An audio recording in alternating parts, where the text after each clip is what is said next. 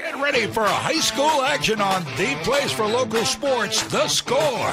Brought to you by Central Maine Community College. More than just a community college. Over 40 academic degrees and certificates and one of the lowest tuition rates in New England. Just go to cmcc.edu. Central Maine Motors Auto Group in Waterville, the dealer with no dog fees, where cars and trucks cost you less. Online at cmautogroup.com. By Hammond Lumber Company, serving Maine and New Hampshire from 22 locations. Your building project partner, hammondlumber.com. Midstate Machine. Looking for a career? Check out the Machinist Development Program at midstateusa.com. Whittemore & Sons, your Coyote tractor dealer. Sales and service by a family that cares. Somerset Stone & Stove, offering quality gas, pellet, and wood stoves and hardscape products. 201 Tire, Battery, and Service, your tire and battery experts on the Augusta Vassalboro line. PJ Diggs, the excavation pros. If it's dirt, they do it. Renewal by Anderson, award-winning replacement windows and doors. Schedule your free consultation today. Assistance Plus, providing home care, behavioral health, and developmental services. Together, we can make a difference. Joseph's Market, Front Street, Waterville, famous for fine meats. The Harry J. Smith Company, 13 Sanger Avenue, Waterville, serving the Central Maine community for over 100 years. Computer Improvements, Water Street, Skowhegan, your headquarters for computer maintenance. Casella Waste, for your residential and commercial trash pickup. And by Dixon's Country Market in Benton, celebrating 10 years with 24-hour diesel service and the best takeout food around. Now, let's go live to Mike Violet and A.J. Knight. A double header, a double dip, a day-night double header of playoff high school football on a Tuesday? Well, that's the way it turned out this year. Good afternoon and welcome to Jerry Poulin Memorial Field here at Winslow High School in beautiful Winslow, Maine, where today The Score brings you live coverage of this Class D North playoff quarterfinal game between the Winslow Black Raiders and the MCI Huskies, along with our videographer, Galen Neal, who spent the morning in a tree stand in China. I'm Mike Violet along with A.J. Knight. Neither one of us did that. No. That's the difference between him and us, and we are here playoff football, and it's a weird day, AJ, obviously in the aftermath of the tragic shooting, the murderous shooting in Lewiston. All high school sports was suspended, and justifiably so, until yesterday when we had a playoff game last night, Gardner playing on a Monday Night Football at Hopefield and winning. But here today, it's a Tuesday afternoon. This is so unusual and so out of the norm for these teams. I'm really fascinated to see how they actually respond to it, because you usually practice on Tuesday. You don't play on Tuesday. Yeah, especially because of how up in the air things were. Peeling back a little bit Coney's where we're going to be tonight, and there were some unusual circumstances for a possibility to jam that game in this weekend, and so I can't imagine what it's like for players, because it's not like it was set on Tuesday. It was originally Saturday, and then it was sometime indefinitely. We'll see if we get to Tuesday, and it is today. And I feel bad for the fans, of course, because Saturday would have been easy to come. You know, there's going to be a raucous crowd. Rain or shine, we've had good fans out here at Winslow. And then you add on top of that all these other things mentioned. But then Winslow's trying to work in a quarterback, so you get all this unusualness and a few extra days, which probably a little bit of a benefit for Tucker Parmelo coming back. But then that was already going to be something you were trying to navigate with the two quarterback thing. So definitely an asterisk beside this one today and the game we have tonight. So the matchup is the Winslow Black Raiders, who come in with a record of 4-5, and the MCI Huskies, who come in with a record of 1-9. I think they're probably better than their record is, but in the end, as Bill Parcells said, you are what your record says you are. The one thing about MCI, a small roster this year, and I had some correspondence with Alex Bertrand, who along with his dad Tom is co-coaching this team, and he said, I do think we are better than our record says we are. We have a small roster, but there is some talent here, and I think if you look at their season so far, AJ, they can score points. Yeah, on the season they've scored just over 17 points. Unfortunately, they've given up 41 points, but I think it's worth noting that most teams that have come down here that we've had at Winslow have had good offensive days, including Belfast and Brewer specifically, and Brewer in the rain. I think really the only team actually, ironically enough, that didn't have a above-average day was Foxcroft Academy, who, of course, was murdering everybody on the season already, scoring like 50-some points. And they were held to 35 with, I think, excellent strategy from Winslow. So a sign there, I think, especially with Winslow, I think, working back their quarterback in. You know the run game's going to be good, but how does they manage that? Yeah, Tucker Pomelo, who broke his collarbone in the preseason, in the final preseason game, is back. He's healthy. He's wearing his usual familiar number 3. We will see him at quarterback at times today along with Liam Fortin. He will get himself worked back in. That does make Winslow, I think, better offensively, more diverse offensively. Yeah, I thought we saw some of that. I think credit Liam Fortin. I think the passing game went through a nice evolution throughout the season, considering you lose your starting quarterback before the season even starts, and you kind of, with the roster, both these teams, super small rosters, kind of figuring that out. Fortin, I think, did a nice job, which ought to help Parmelo come in because they've added a little bit of a passing attack. And on the other side, Fortin now probably goes back to full-time wingback, and he's had some awesome games, but that was mitigated to a certain extent when he was playing full-time quarterback. He wasn't as much of a runner, so it just gives Winslow kind of 2 more weapons, so to speak, because you get Fortin back in the running game, as well as you would assume a bump in the passing game.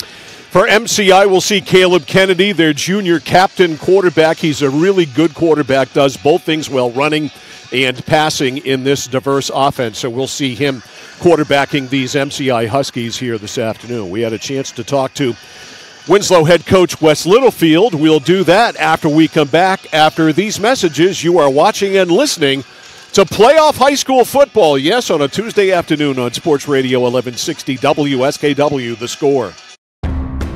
I came for a visit, and I just fell in love with it. They just want to see you be you and, just excel. There's a lot of opportunities here. It really gives me time to figure out what I want to do with my life. It's a good stepping stone to get to where you want to be. The tuition is definitely part of what brought me here.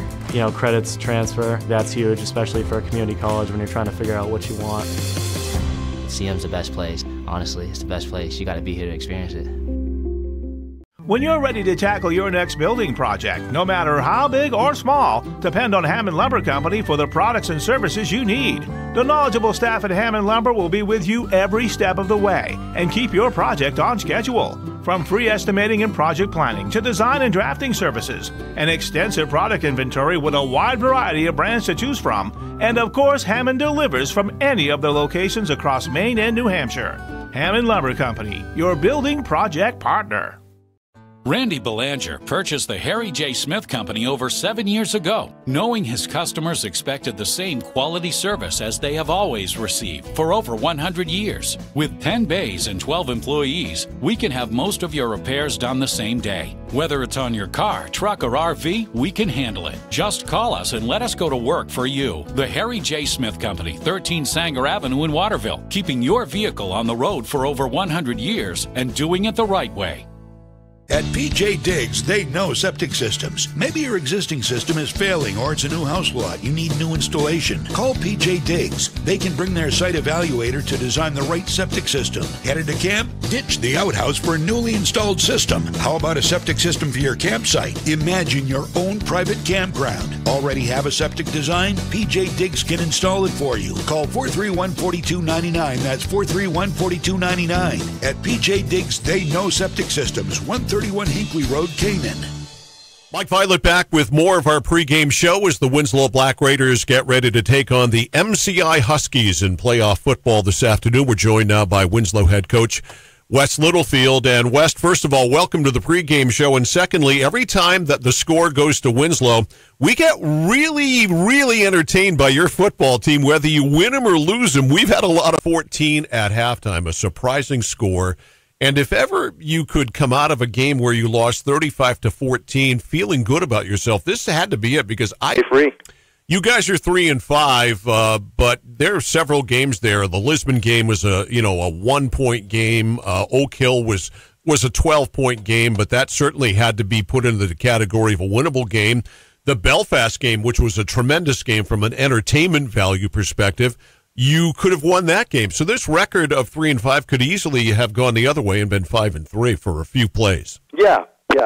Again, I hate to keep going to it, but we just were plagued with injuries, and we had kids playing really out of position in a lot of places. So I was pretty happy with our kids to be able to perform the way we have all year and to lean on a lot of young kids. And we're pretty young on both sides of the ball, so pretty happy with their performances all year, really. They've never given up. They've played hard, so we look forward to today and trying to come out and get a big win. Hey, all you got to do is make the dance, and anything can happen. We are seeing that more and more, whether it's high school sports, college sports, baseball, whatever the case may be, and you are in the dance. MCI in Winslow about ready to tee it up. Coach Wes Littlefield, appreciate your time as always. Wes, good luck today. Hey, thanks, Mike. I appreciate it. Wes Littlefield, the head football coach here at Winslow High School, with his thoughts on this one here today. MCI and Winslow are ready to go. The teams came out, no introductions. They gathered in a circle at the 50-yard line at midfield, alternating teams. MCI Winslow, etc. We had a moment of silence here and then the national anthem. So nicely done here by Jim Burgoyne and the crew here at Winslow High School. And now we will have the meeting of the captains coming out to the 50-yard line. Nolan Kelly out there along with Matt Kurian. And leading the way here for MCI, Caleb Kennedy, Gavin Hanscom, and Gabe Willett. The first of two for us today. A twin bill of playoff high school football. This one, MCI and Winslow. And then tonight, it's the Class B quarterfinal matchup between the Coney Rams and the Mount Blue Cougars at 7 o'clock at Fuller Field in Winslow. Now, last week, Winslow won the toss, remember, and they elected to defer. That's a week ago Saturday. They deferred, chose to kick off. What do they have up their sleeve? You heard about it from Wes Littlefield in the pregame show. An onside kick, it's one thing to call it. It's another thing to execute it. And, AJ, I'm not sure I've seen an onside kick executed better. No, it was superb. We've seen teams be in desperation mode and have to do it, but they did a nice job of actually doing it. All right, MCI has won the toss, and they're going to kick. So the coin toss won by the road team. And they are going to kick it off to the Winslow Black Raiders. So we will get a look at the Winslow offense here on our first series of the game as the Raiders rally at midfield. And the Winslow offense really hasn't been the problem this year. The Raiders have scored points. There's no question about that. They've put 172 points on the board, but they've given up 200, and that is too much. And they certainly need to play better defense today. This MCI team can score. There's no doubt about that. They can put points on the board, and they usually do. Their defense has also been a problem for them this year as well. Ready to kick it off here is Brady Rogers. Rogers is a senior. Donnie Gurney back to return on the far side. On the near side, it is Nolan Kelly. And in the middle, Matt Kurian. Matt returned one for a touchdown the last time we were here, except it wasn't a touchdown. A clipping penalty was called, one that shouldn't have been called because it had zero impact on the play. I don't think there's a lot of contact either. No. So Matt certainly capable of taking it to the house. The wind is a factor, but I don't think it's as big a factor on the field as it is up here. We are up in the stands, of course. So on the field, I don't think it's such a big deal. Ready to roll here. Here's Brady Rogers. Welcome to Tuesday afternoon football on the score. It's a high kick. And Kurian at about the 10 to the 15 to up the middle, all kinds of room. And Kurian storms up to the 46-yard line. The middle of the field was wide open. Really, I think the amazing thing there is that Kurian didn't break that and end up going all the way because it's really only one tackle. I think him running into his own guy was as much a detriment to that. So 1st and 10 for the Raiders from their own 47 after a 38-yard kickoff return by Matt Kurian. Raiders come out in their tight double wing formation. Quarterback is Liam Fortin. Nope, it's not. It's Tucker Pomerleau. So Pomelo starts at quarterback. In motion goes Curie. Little pitch to Matt. Matt to midfield. Matt to about the 47-yard line of MCI. Give him 6. It will be 2nd down and 4.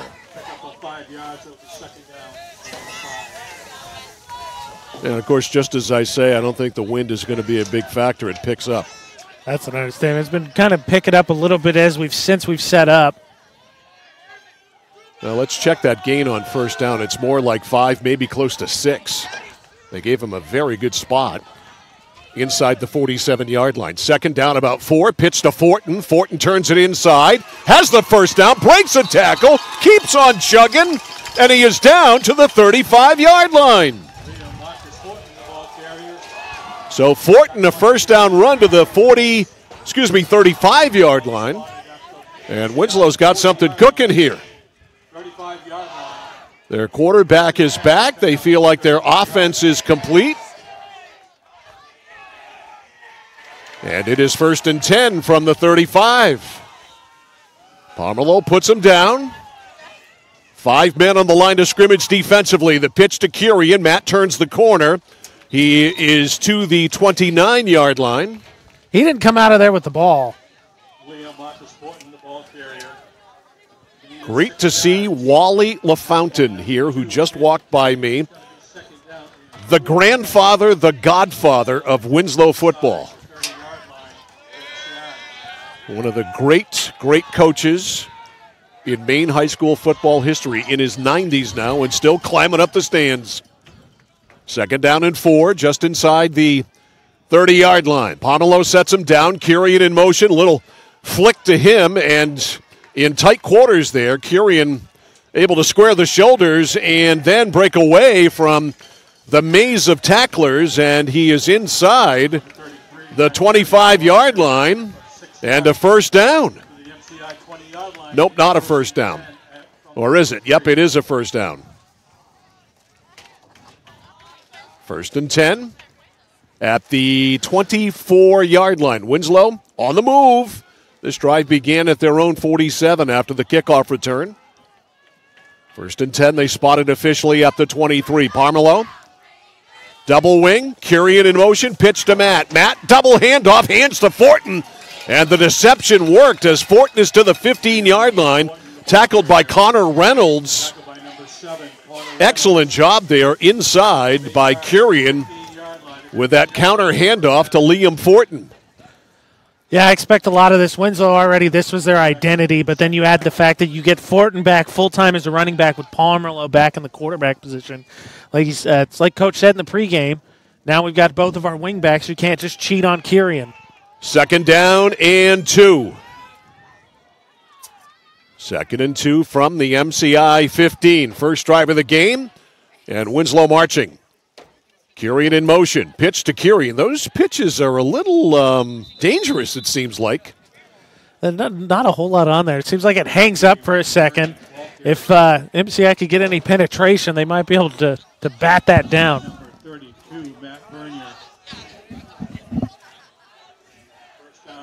It is a 1st down. They didn't need much. They didn't get much, but they got enough. So it is 1st and 10 at the 13. Clock is running, 8:40 to go in the first quarter. And Winslow in the red zone knocking on the door. The fullback is Bimson.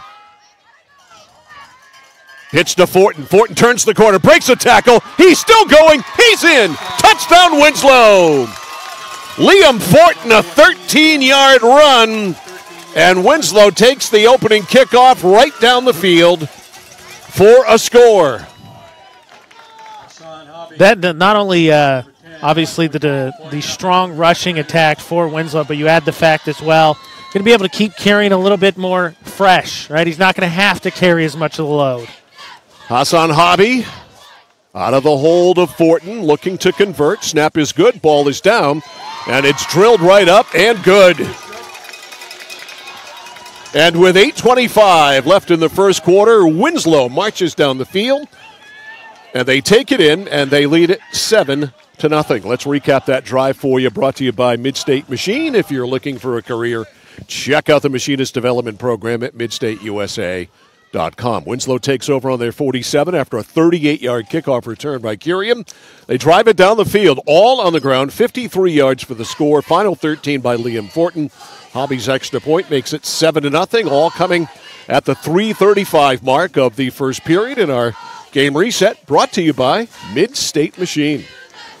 Those trying to watch us on YouTube, apologize, some technical difficulties knocked us off, so make sure you find CentralMaidSports.com or 1160thescore.com. Though, of course, you should like and subscribe. Yes, you should. If you don't, we will do something to you. The game will be archived there eventually. So MCI on its heels, and they will now receive the kick from the Winslow Black Raiders. Ben Thomas ready to kick it off.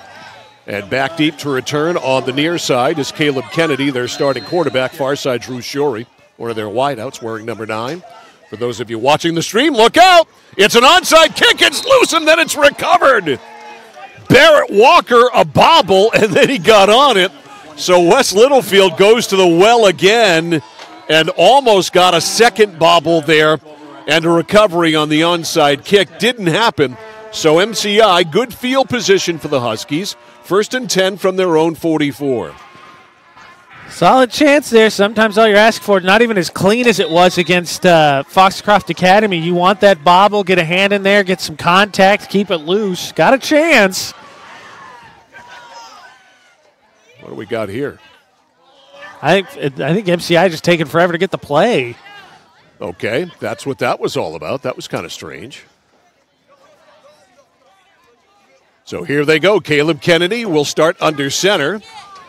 4 wide. Here the backfield behind him is Matt Bernier. Bernier goes in motion. They flip it back. This is going to be a throw by Shorey.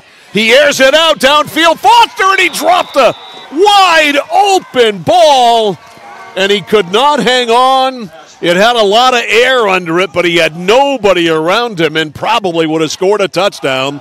Instead, it's an incompletion on a lateral, a backwards pass, and then a forward pass.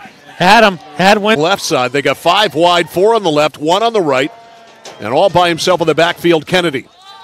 Kennedy flips it out left flat. It's caught out there. Turning upfield is Drew Shorey, and Shorey drives over midfield, then gets pushed back. But I believe he'll get forward progress to about the 49-yard line. A short gain on that pass play will give him 7. So it'll be 3rd and 3 in Winslow Real Estate at the Raiders 49. Coney and Mount Blue tonight at 7 to finish our day-night doubleheader. It's interesting, the two complete different offenses here between these two teams. Winslow going to pack it in and pound it. MCI completely spreads the field out, but man, maybe a little bit of their Winslow strategy from last week against it could sure take a long time to get the play in. Yeah, 3rd down and 3. Winslow just took a long time at the line of scrimmage and waited for the 10-second wave. They're just taking a long time. There's a pass right side on a slant, incomplete, intended for Jackson Foster.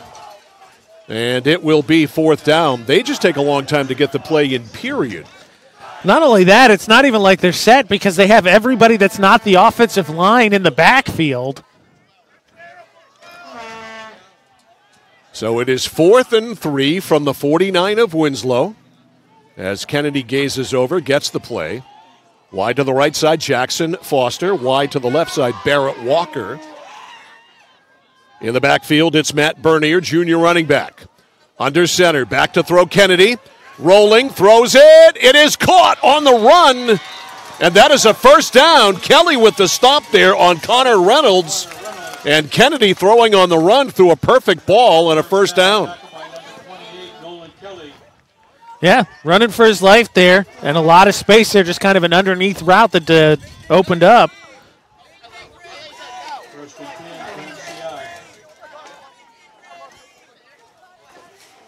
First and 10 from the 44. Sorry, AJ. I was just saying they needed 3 and they got 5.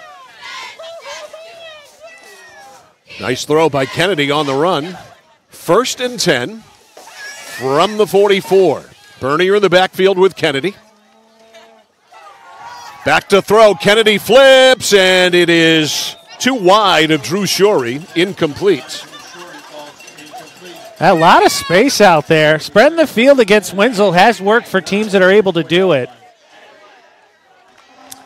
So it'll be that is second down and 10. 7:32 to go in the first quarter. Tuesday afternoon playoff football, which leads to Tuesday night playoff football between Coney and Mount Blue at 7. As we await also field hockey playoff action, 5 o'clock for Messalonsky, 5 o'clock for Skowhegan, which will set up the regional championship on Thursday. Second down and 10. Kennedy sends a man in motion. Back to throw. Floats one downfield. Down there is Shorey, but it is overthrown, incomplete. Out of bounds on the sideline. Good coverage there by Nolan Kelly. So it'll be 3rd and 10. Yeah, Kennedy didn't really set his feet on that one. Kind of flicked it, looking for some follow-through, and just easily sailed that one out of bounds. So 3rd down and 10.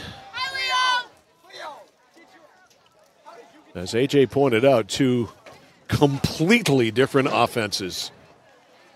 It's interesting, too, because you don't normally think of a spread passing attack with a very slow, like methodical set up and go. Kennedy back in the shotgun, 3rd and 10. From the Winslow 44, 7-0 Black Raiders. Going in motion to the left is Shorey. Back to throw Kennedy. Looks that way, flips that way, off the fingertips and incomplete. And it will be 4th down. Adam, not only that, I think that's an easy first down. You run that clear out there with a ton of space, even with a contact, basically at the first down marker. But see why this is an MCI team that has struggled to stack up wins. It's got to be consistent. And it looks like they're going to punt. Drew Shorey back in punt formation, standing at his own 45. Back to return, Nolan Kelly. Wind not really a big factor. Got a man going in motion on a punt.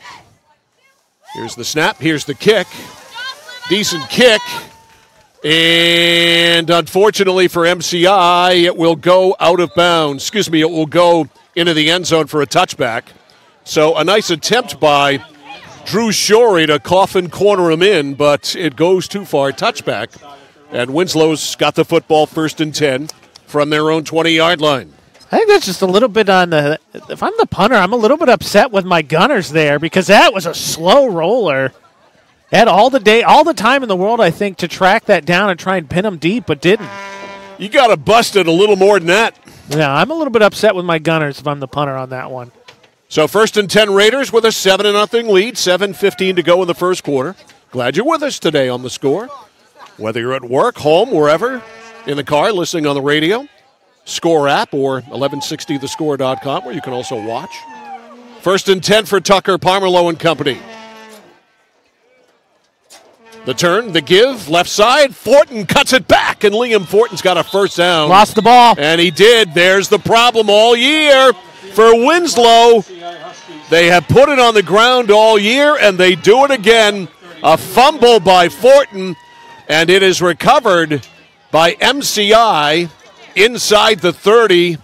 Looks to be, let's see, when they stretch things out, looks like the 27. Been a major problem all year. And this fumble by Fortin, 1st and 10 for Kennedy. MCI with a reprieve. Left side, ball's caught over there on the sidelines by Reynolds. Turns it up. Gets a couple of more yards, but a solid first down gain. On that little square route to Reynolds. Let's see where they spot it. It'll be 2nd down. We'll call it 4. A gain of 6, 2nd and 4. MCI down 7-0, but a golden opportunity here. 2nd and 4. 2 to the right, 2 to the left. Bernier's the running back. Kennedy's going to throw it. Slings it, and it's incomplete. And taking a pop there was the intended receiver, Jackson Foster. He got drilled. It's an understatement. That's a little bit of a hospital throw, hanging your receiver out to dry that way. So it'll be 3rd and 4. So we got one team, all they want to do is run. We got another team, all they want to do is throw. And one of the important things in the equation for Winslow, I think a team, obviously the higher seed getting the home game favored in this one, turnovers is going to be the thing that costs up that game. 2-2. Bernier in the backfield. Kennedy on 3rd and 4. Looks right, throws right. It's caught up there. Turning upfield is Shorey. Shorey broke a tackle.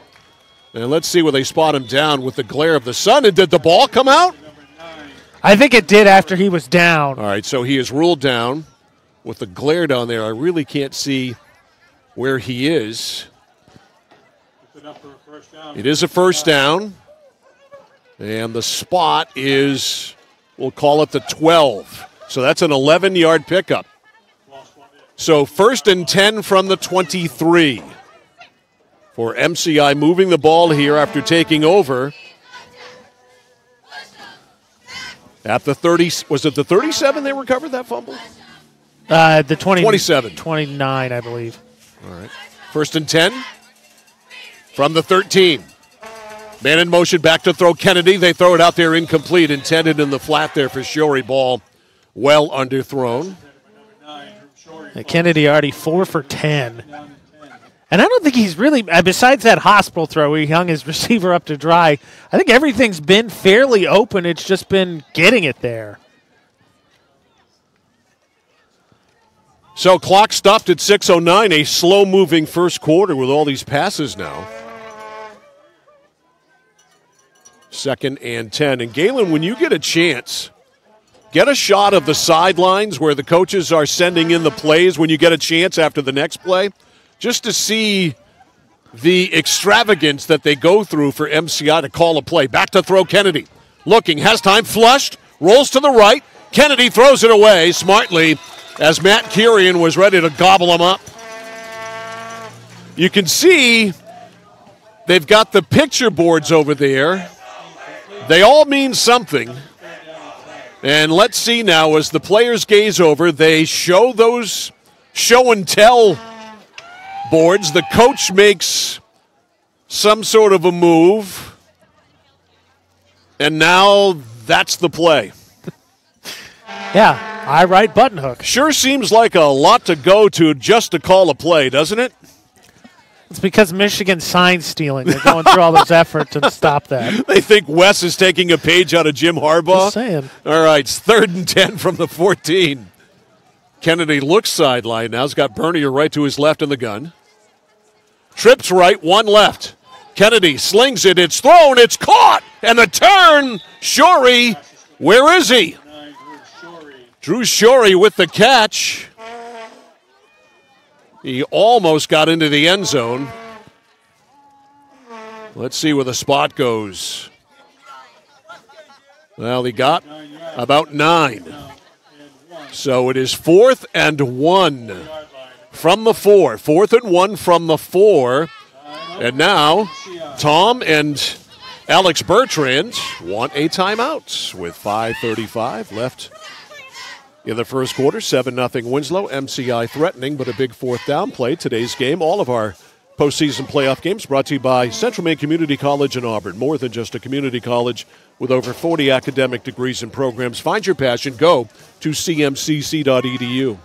For Winslow, I think it's just finding a way to crowd the receivers or generate pressure one way or the other, because all really MCI is doing is they're spreading the Black Raiders defense out and then just occupying space. I mean, it's not like they're zinging him in there. That last one was a little bit of a rainbow, but because Kennedy had that receiver all by himself, he's able to just kind of lob it into him, and he runs a slant for 9. Well-designed play, and it worked. Sets up a 4th and 1 here. Huge play in this first quarter. 4th and 1 when they get back on the field. Ball just inside the 4. So Caleb Kennedy has the call in his back pocket. And again, they'll flood the right side. 3 to the right, 1 to the left. That's Shorey. Bernier is the running back. On 4th and 1, at the 4. Kennedy in the shotgun, calling signals, back to throw. They're going to throw it. Throws, caught, end zone, touchdown MCI. It's Drew Shorey with the catch. And MCI cashes in on the fumble, and they make it 7-6. That's what it is. Again, cannot afford to turn the ball over. Winslow, I think, can control the tempo of this game, can really pound MCI into submission, but if you turn the ball over, you're going to give them a chance, short fields, and give them momentum. 28-yard drive after the turnover. And for the conversion now for MCI, Brady Rogers does all of their kicking. Kennedy will hold it. Trying to tie it up at 7. Snap, okay. Ball down, kick up, certainly plenty of length, and it is good. 5:32 left, first quarter, we're tied, 7-7. Winslow and MCI. Well, after a season worth of games where where Winslow has given us nothing if not interesting every single time we've been here, you didn't think this one was going to be a blowout, did you? Exactly. I mean, if past precedent means anything, if you're looking for comps, just look at every game that we've been here. Even the Foxcroft Academy game was 14-14 at the half, which was a stunner of a score. Foxcroft Academy exerted its will in the second half, but every game has been extremely entertaining. And worth noting, too, in that Foxcroft Academy game where they are the 1 seed in this bracket, the North bracket, it was 14-14 at half and should have been 21-14 about 15 seconds into the third. Matt Kirian took it back to the house, the opening kickoff of the second half. A block in the back brought it back, and then Costigan fumbled on the next play. So, Rogers will kick it off. And again, Matt Kirian in the middle, Donnie Gurney on the far side, Nolan Kelly on the near side. And Rogers, who has a good leg, as we saw on the opener, ready to drill it down. 28, Nolan Kelly.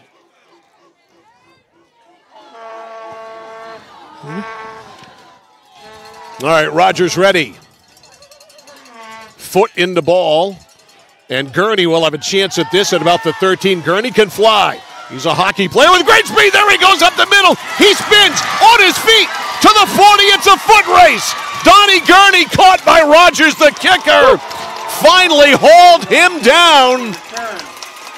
Donnie Gurney almost went to the house. He is down at the 23-yard line. That's a 60-yard kickoff return by Donnie Gurney. Yeah, we do know that Winslow adopted a little bit different kicking approach when they kick off because of their struggles in special team coverage. MCI might want to look at something similar. So 1st and 10, Winslow at the MCI 23-yard line for Tucker Parmerlow.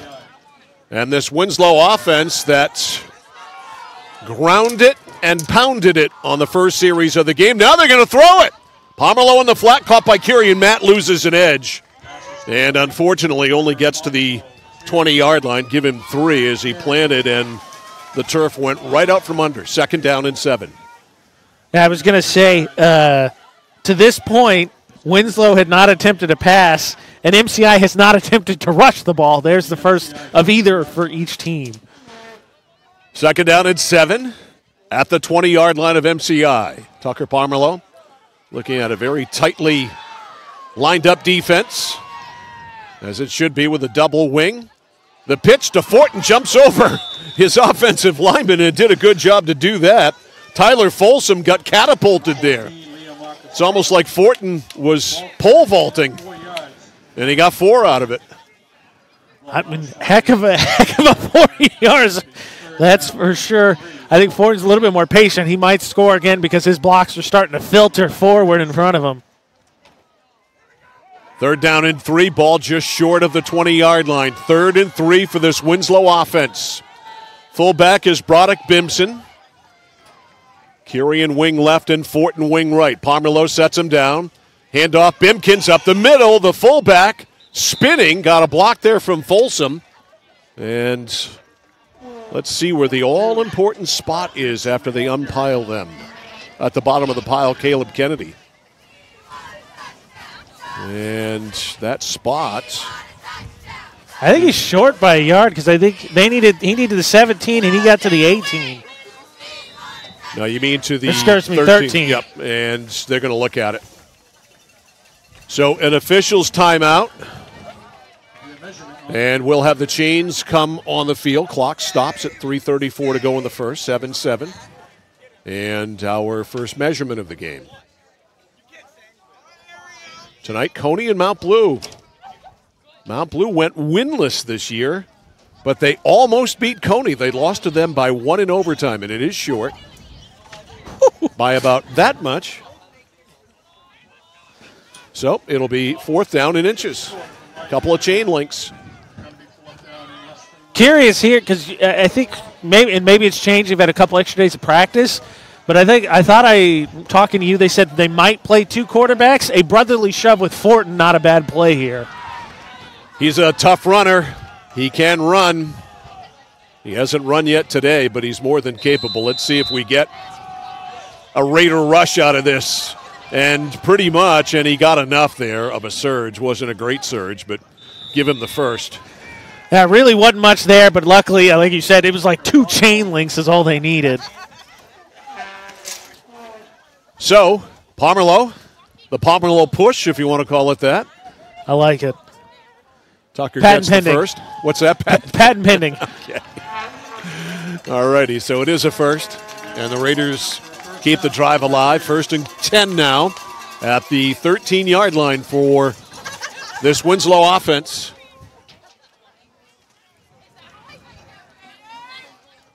Bimkins the fullback, Curian wing left, Fortin wing right for Tucker Pomerleau. And it is Pomerleau keeping. No, he gave it to Curian. He fooled the heck out of me. And Matt Curian spinning down. And Matt picking up. Let's see, he's down at about the 3-yard line, so that is close. 3-yard line of MCI. Let's see. Are they going to look at that again? Nope, it's 2nd down and just about a yard. So Curian got 9. Curian got 9. Let's see if they go to Pomerleau again. On the Pomerleau push. Nope, they pitch it to Curian, and boy, he didn't get much. And did that ball come out? No. No, but there wasn't much on the pitch to Curian. I don't like those pitches. It hung up there for a second, and then MCI did a nice job. They just absolutely overloaded that side that Curian was sweeping to. And it will be 1st and goal. He did get enough. I do not like those pitches. I'm surprised he got enough there because it looked like MCI more than had him stopped at the point of attack. They're a little soft. Yeah, there's not a lot on them. So it's 1st and goal at the 3. Winslow trying to get the lead back. Double wing, same formation. Bimkins the fullback here.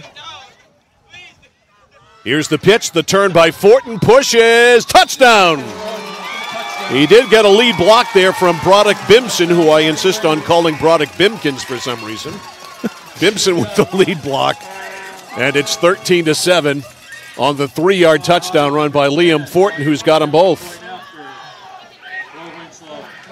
So Winslow, a short field, they only have to go 23 yards. On the great kickoff return by Donnie Gurney of 60 yards. And Hobby for the conversion.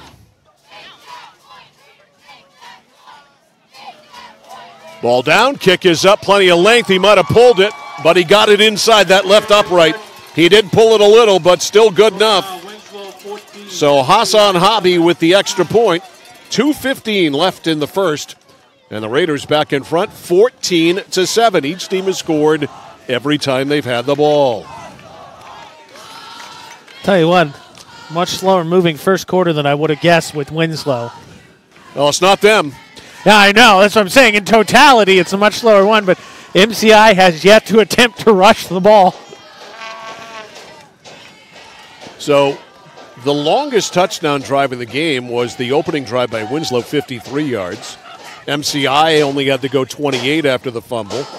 And with the Gurney 60-yard kickoff return, Winslow only had to go 23. That special team's great. Again, the question's going to be for Winslow. They can run the ball. I would imagine we'll see a little bit of play action just to get Parmelo some looks in the passing game. But I think they can run the ball, and clearly they can kick return. Can you prevent the turnovers? It has plagued them all year. They have put the ball on the ground a ton. Hobby will kick off. Kennedy back to return, and also Drew Shorey back to return. Kennedy near to us, and Shorey on the far side, 2-9 for those of you watching our live stream. 14-7.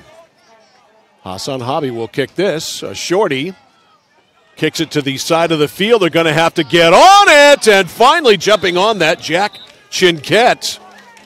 A loose ball, which is a free ball down there. And so it'll be 1st and 10 for the MCI Huskies. And it looks, let's see, as they walk it over. Referee's got a new football.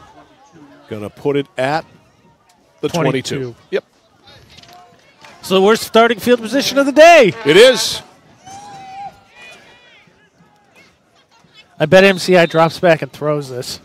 Probably a pretty good chance. You're certainly a riverboat gambler today, ain't you? 6 for 14 combined on passing attempts to start this. Go out and buy a Mega Bucks ticket tonight. 2 to the left, 2 to the right. For Caleb Kennedy, Bernier in the backfield.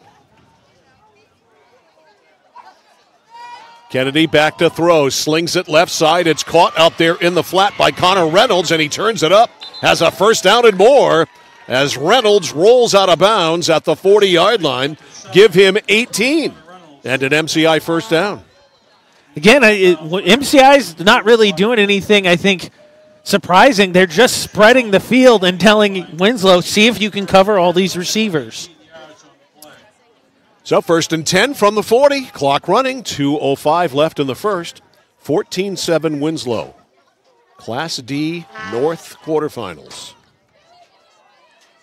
The game of charades goes on the far side. And we've got jackal. It's a jackal. It's a witch. It's Halloween. 1st and 10 from the 40. Kennedy in the gun. Man in motion, Shorey. Calls for the ball, looks to Shorey, throws to Shorey. Shorey with the catch, and Shorey with maybe a 5-yard gain. Actually, it may be 4 when they spot the football. Let's go with 4, 2nd and 6. Yeah, if Kennedy can do that, he can absolutely nickel and dime, I think, Winslow down into the red zone. Obviously, you start to run out some of that real estate in terms of how much you can spread opposing teams out. But I don't think Winslow's done much to stop him. I think he's just missed on passes thus far today. So it'll be 2nd down and about 6. Kennedy ready with the play. They flood the right side. 3 to the right. 1 to the left. Bernier, the running back. They have not run the ball yet. And they won't here. Kennedy back to throw. Lobs it down, and it is there, but it is a little too long for Drew Shorey, who broke away right at the end of that pattern and actually ended up being open. Yeah, Shorey had it. If you put just a little bit more touch on that, actually, if you put, I think, a little bit more distance and let Shorey run underneath it because he was breaking away, that's 6. So it's a long incompletion. And it is 3rd and 6. 3rd down and 6, clock stopping. 1:12 to go. 4 players, 3 players over there kneeling down so Kennedy can see. I'm just, the pitch to me is crazy. What kind of offense you run? We run a slow spread. What is a slow spread? 3rd down and 6. Kennedy in the shotgun. Nope, he's not in the shotgun. He's under center. Sends a man in motion. On 3rd and 6. He is still going to throw it, though. He better get rid of it. He does. Just in order to save his life, because right there was Jeffrey Gollin. And it is 4th down. Let's see what the Bertrands want to do here. On 4th down and 6. They are at about midfield, but they're not in plus territory. So this, I think, is the area where you actually think it's kind of, I think, 50 one way, 50 the other, depending on what you're feeling. I do think MCI has done a nice job when they've kind of spread things out and kind of run those underneath routes, the little benders, the slants. But it looks like they're going to punt. Man, even the punt signal takes forever. Well, Shorey will punt. Say, hey, punt! No, let's go through the whole thing. And they're not going to punt, and they're going to throw it, and it's incomplete. Drew Shorey, a lefty, but we do have a flag down. Might have been motion, yes. And Winslow will refuse it. So motion is the call. Winslow refuses, and the Raiders have 1:05 to work with and a full complement of timeouts. Mike, we're still in the first. I know. Legal shift on MCI. Penalty is declined. I think I don't want to be the bearer of bad news because I was being sort of snarky, but I think when you go out to punt and you take 30 seconds to send the hand signal, it's kind of a dead giveaway that it might not be a punt. So what, they couldn't refuse the penalty and take the ball? No, they did. Winslow's got it. Oh, okay. I was looking at Kennedy. I thought he was lined up at quarterback. Here's Fortin. Breaks a tackle, and Liam Fortin all the way down to the 25-yard line. They're going to stop the clock is Winslow. And Caleb Kennedy on the tackle, and Liam Fortin busts loose.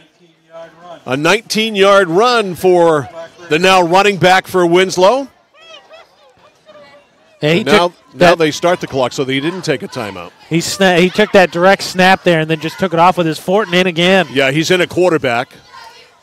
Out of the shotgun. They're going to run the ball, though. Here is Matt Curian. Smash. Bounces off that. Looks for new open ground. Finds some. Smashes down to the 15-yard line. He is an adventure, that's for sure. And now they're going to have to get a timeout. No, it's the first quarter.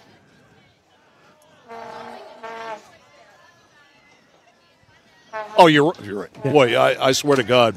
Where's my Prevagen? I tell you what, that's the second time you said that, too, isn't it? It is. And the first time didn't register with no me worries. at all. That's what I'm here for. I need the Prevagen. That was the most exciting 5-yard run I've ever seen. Exactly. And I don't need Prevagen to know that is the end of the first quarter. One done in Winslow, Tuesday afternoon playoff football. That's what it is. Score at the end, it's got to be. Yeah. Score at the end of one. Winslow 14, MCI 7. We're back after this on Sports Radio 1160 WSKW, The Score. Whittemore & Sons, your Coyote tractor dealer. Dependable sales and service for over 50 years. We are located on the Waterville Road in Skowhegan. Sales and service by a family who cares. Over 30 years ago, Paul and Jonna Bowen set out on a mission to help aging Mainers stay in their own homes. Assistance Plus grew from their passion, dedication, and integrity, where clients come first.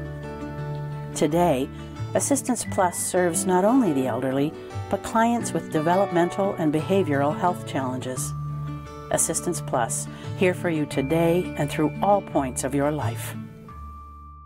Mike Violet, AJ Knight, back here live at Jerry Poulin Memorial Field in Winslow. We have finished 12 minutes. It is 14-7 in favor of Winslow, 2nd and 5 for the Raiders as we start the second quarter. And MCI coming back on the field. Thank God they don't call their defense like they do their offense. I mean, that was a pretty deliberate return to the field, if I'm being honest. 2nd down and 5. Fortin now running the offense from the 20-yard line of MCI. Man in motion, Costigan gets the give. Cuts, nice move there. Ducks away from a tackle by Reynolds. And then slammed to the ground by Jackson Foster. If we're in the NFL, there's going to be a flag thrown by every official on that. That is factual. He's holding his head, too. Yeah, that hurt. And with concussion protocol being what it is, it would not surprise me if Davian Costigan ends up there because, as you can see, his head hurts. And he is being helped off the field by Matt Curian, who calls for help and gets it from Zane Erickson. So Costigan right now is seeing stars. Credit to Kirian for stepping up there, but I think it was obvious the at least wooziness because he needed, I think, Kirian to lean on. He did. So we'll keep an eye on Davian Costigan. He'll get that helmet off very gingerly. We'll keep an eye on that. 3rd and 5. 3rd down and 5, and Pomerleau is in at quarterback. And he goes to Fortin on the pitch. Fortin breaks the tackles, got the first down. Should be goal to go for Winslow. Kennedy on the tackle. Tell you what, though, again, that pitch just kind of hangs up there for a second. 7-yard pickup there for Liam Fortin. And it is 1st and 10, just at about the 11-yard line. So they can get a first down without a touchdown. Pomerleau under center, quarterback keeper, and pushing behind there is Bimson. Roddick Bimson was doing the Pomerleau push there. Interesting to run the Pomerleau push on 1st and 10 from the 12. Can't disagree. Got about 2-ish. So 2nd and about 9 at the 10. Clock running, 10:35 to go in the first half. 14-7 Winslow, but the Raiders are threatening to make it more. The pitch, the handoff, it's Fortin who waltz in. Touchdown, 3rd of the day for Liam Fortin. And it's 20-7 Winslow. Fortin goes in from 9. Well, he said 7 a day. 3 TDs. I think you could see that Winslow very happy to have Fortin back at running back full-time, someone who could take advantage of all the attention that Kirian gets. So Liam Fortin with a 9-yard run. Now he'll hold for Hassan Hobby. A little high, but he pulls it down, and Hobby drills it. And it is up and good. 10:26 to go in the first half. Raiders have opened up a 2-score lead. It's Winslow 21 and MCI 7. That double handoff completely fooled MCI as that lane just opened up, like you said, and Fortin just waltzed into the end zone. That ends up being a 56-yard drive for Winslow to take it in for a score. I think the interesting thing, too, is I don't think it'd be curious to see, say Winslow pulls this off and you get Foxcroft Academy again. I believe the winner of this plays Foxcroft. Curious thing to be able to see is how much does Fortin take those snaps, because obviously comfortable in that shotgun, that spread, and being able to demonstrate the ability to pass, but it also kind of, for Winslow, is the benefit of nobody's going to leave wide receivers uncovered, but Winslow not necessarily leaning past, so you kind of just open up more space for Kirian specifically. So Hassan Hobby will kick off. You got Kennedy, you got Shorey back to return for MCI. Hobby getting plenty of practice here in the first half. We'll kick off again.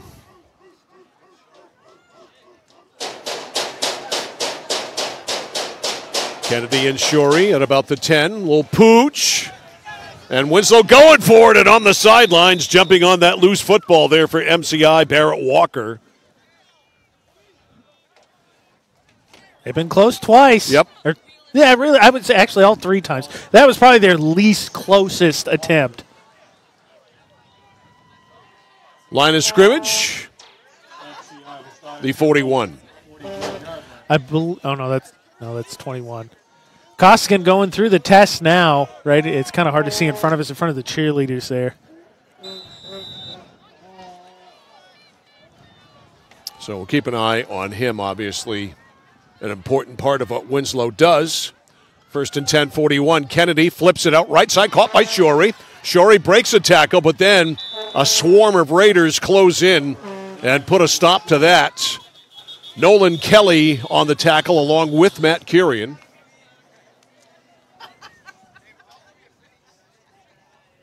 So the gain. About 3. Or no, excuse me, 7. Yeah, he got about 7. So just in between the 48 and 49. Got a running clock here. 10 minutes to go in the first half. 21-7 Winslow. 3 to the right, 1 to the left for Caleb Kennedy in this MCI offense. Back to throw Kennedy. Looks, fires right side. Ball is caught. Shorey again. He is the man. He is tackled by Kelly but has a first down. He is spotted out at the 46-yard line of Winslow. Again, that was a case there. As you see, a defensive lineman was the first one there to try and tackle him. And so they're just kind of spreading them out and seeing what Winslow covers. And that underneath stuff has been there. The problem has been executing. Kennedy now 10 for 19 on the day. So 1st and 10 at the Winslow 46. As the Huskies wait for the play. And it's not only the way that they receive the play, it's the fact that they go 15 yards into the backfield to get it. Like they're just trying to get some extra distance. Like we don't want them to hear. 1st and 10 from the 46. Kennedy to throw it. Over the middle. Man is open, and it's caught there by Barrett Walker. And Walker with a first down catch down at the 24-yard line. Give him 22. Probably the best throw of the day by Kennedy. And a first down. He whipped that over the middle. Yeah, I think you could see if pre-snap as you watched there, I think you saw exactly where Kennedy wanted to go with it, but it opened up as he ran that deep route and everybody else ran some shorter stuff. So well-thrown ball by Kennedy, 1st and 10 from the 24. Wide to the right side, Jackson Foster. Wide to the left side, Walker, who just made that catch. Bernier's the running back. Kennedy looks right, throws right. Ball is caught out there. It's Shorey. That's his binky, Drew Shorey. And Shorey has the first down. Every quarterback needs one. Well, I mean, no denying. You got to have a safety valve. That's Shorey's 8th catch. Let's see where they put it down. And it is a first down. I think Winslow going to take a timeout, I think. We do have a timeout on the field. It is taken by the Winslow Black Raiders. 8:50 to go in the first half. The score, Winslow 21, MCI 7. Back after this on The Score. For us, it's a family business that is steeped in tradition. You know, our relationship with Waterville goes back a long ways. Over the years, we've been fortunate enough to grow, and we've been able to grow with the town. We look at the work that we do as something bigger than just the sale of a car or the servicing of an automobile. We're here to be a part of something bigger than just ourselves by giving back to the community with our time and our energy, because it's all about taking care of people. Central Maine Community College in Auburn. Over 40 academic degrees and programs recognized as some of the best in the United States. Nursing, criminal justice, forensic, psychology, IT, education, culinary arts, and so much more. Offering one of the lowest tuition rates in New England. Plus, a top-seeded national champion producing athletics department. Central Maine Community College in Auburn. Find your passion. Go to cmcc.edu. After the Winslow timeout, 8 minutes and 50 seconds left in the first half. Raiders take a timeout on defense with MCI rolling here after that nice throw by Kennedy to Barrett Walker. Now 1st and 10 for the Huskies at the 13 of Winslow, trailing 21-7. Trips left, 1 to the right. Bernier's the running back. So they are all spread out for Caleb Kennedy. Now Kennedy stops, looks at the sideline. Back to attention. 1st and 10 at the 13. Looking left, throws over the middle, and there was really nobody there in white. Kelly on the coverage on Connor Reynolds, but that ball severely underthrown. Yeah, I'm not sure. I think he was looking for Reynolds deep, but just kind of dropped it in between two receivers, and the underneath receiver really just wasn't running through that. So, It'll be 2nd and 10, and we have a stopped clock, which we've had a lot of here in the first half with a lot of incompletions. How many pass attempts by Kennedy so far? I believe that was 22. Okay, so. And 2 incompletions by Shorey. Right. So, a lot of passing. 2nd and 10 from the Winslow 13. Trips right, 1 left. Kennedy to throw it. Over the middle, and he overshoots his man. That ball was primed to be picked off, but nobody able to get back there for Winslow intended receiver Jackson Foster. Winslow's got a man down where the play ended. He's in some pain.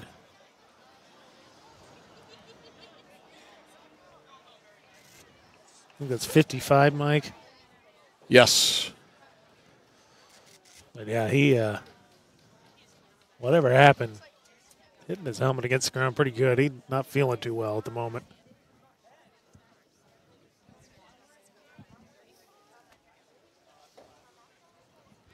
So we've got an injury timeout now.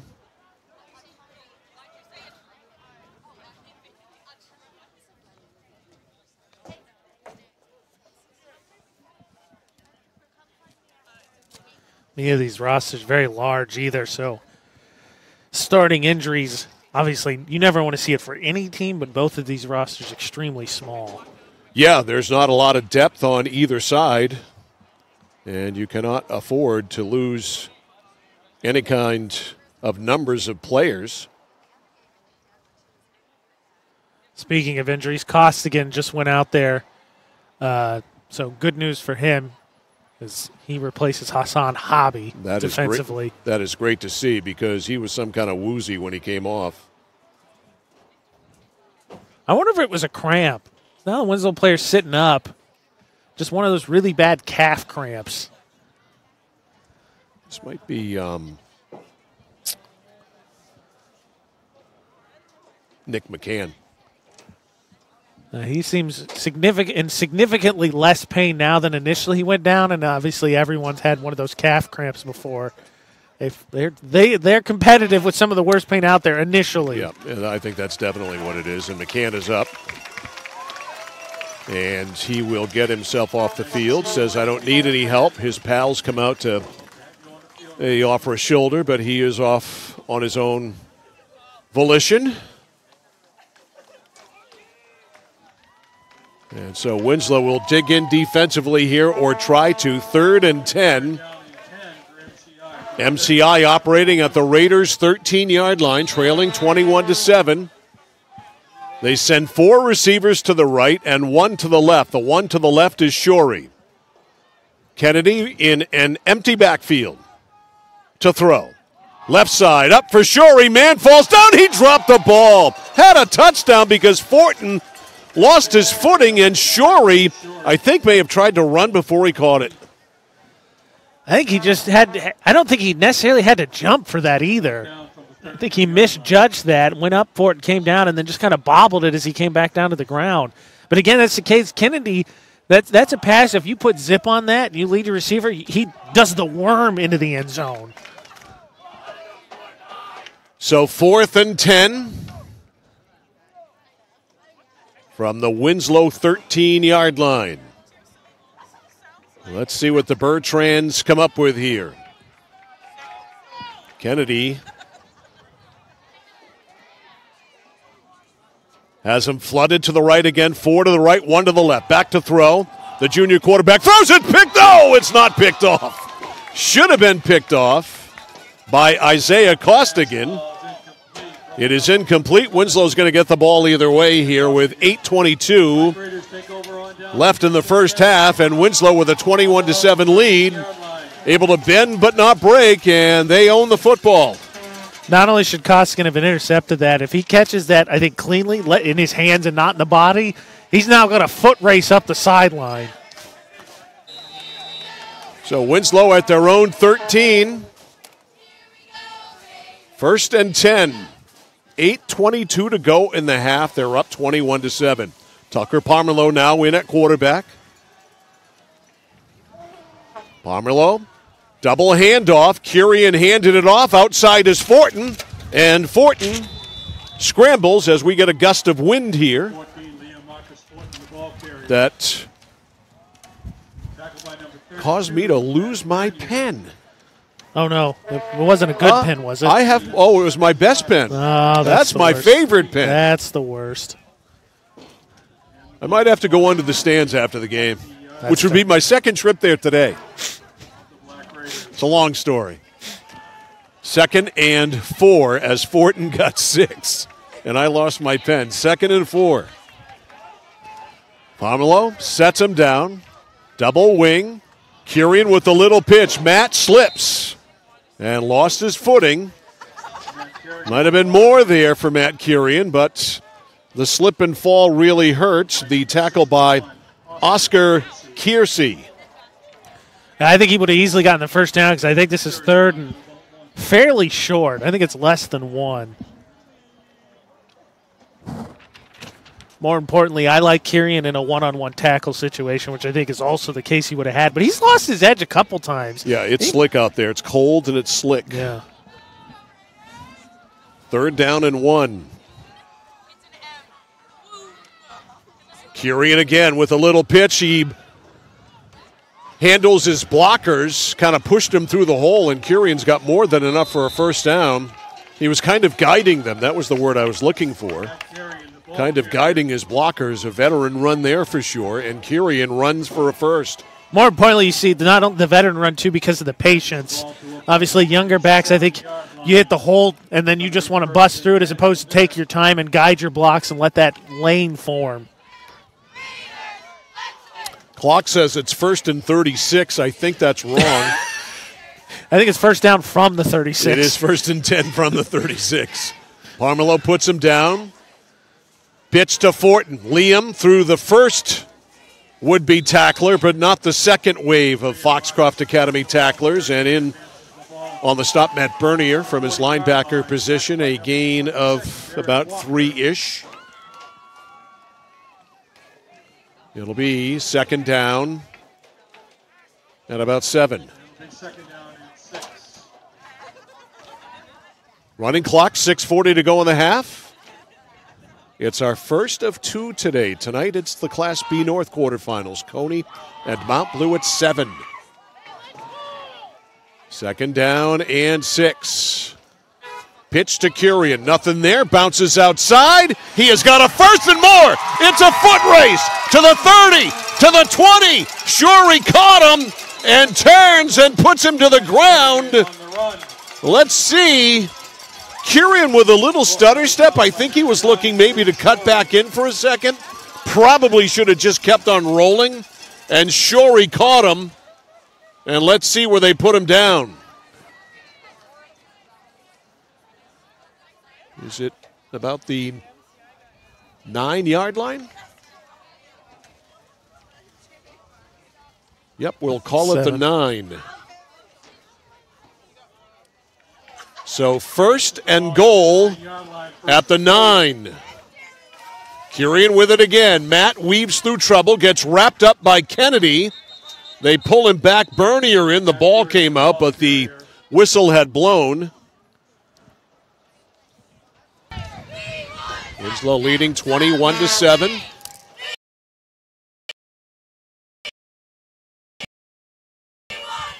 Looking to add on another one.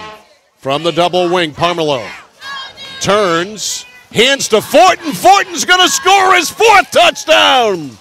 Liam Fortin, a 5-yard run. He has scored 4, and Winslow's lead is 27-7. Just as Winslow drew it up, right, Liam Fortin's going to be the dominant running back, though he is capable, again, something we talked about in the pregame. So Fortin with 4 scores today.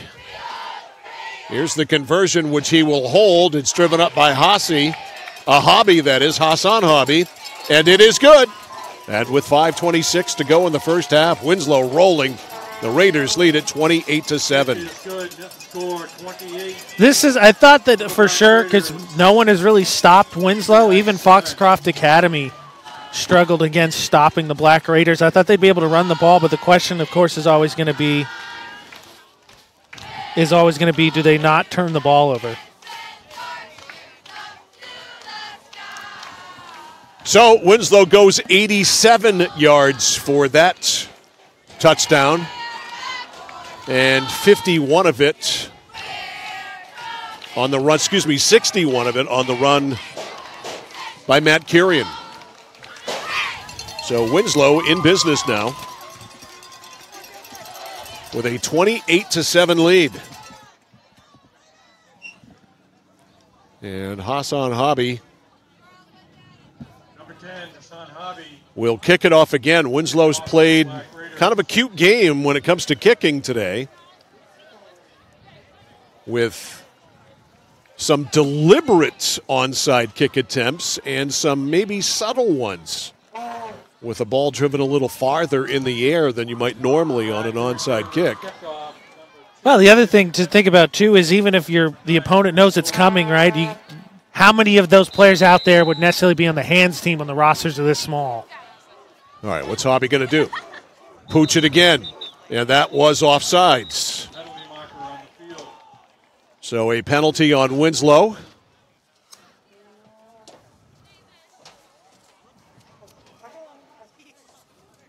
And Hobby will kick it off from the 35-yard line. This could change what they're about to attempt to do. Offside. Black Raiders 5-yard penalty. I think that's the first penalty of the game. I take that back. MCI had one, but it was declined. Yes. All right, so Hobby will try it again, this time from the 35-yard line. Another shorty, and it's recovered by Connor Reynolds. I'm not sure if they're worried about the run-back ability, but they've certainly, with this strategy, in the end, have given MCI some very good field position. Yeah, I remember the AD told us last week when we were here, I'm blanking off the top of my head. Jim Burgoyne? Yeah, Jim Burgoyne, but he told us whoever they played before Foxcroft Academy, I think, took 2 back to the house against them, and they decided that was the end of them playing traditional kick coverage. So MCI 1st and 10. From their own 47, Kennedy left side, throws high, but Walker brings it down, and then he gets drilled. Bimson in on the stop. And the ball just over midfield at the 49-yard line.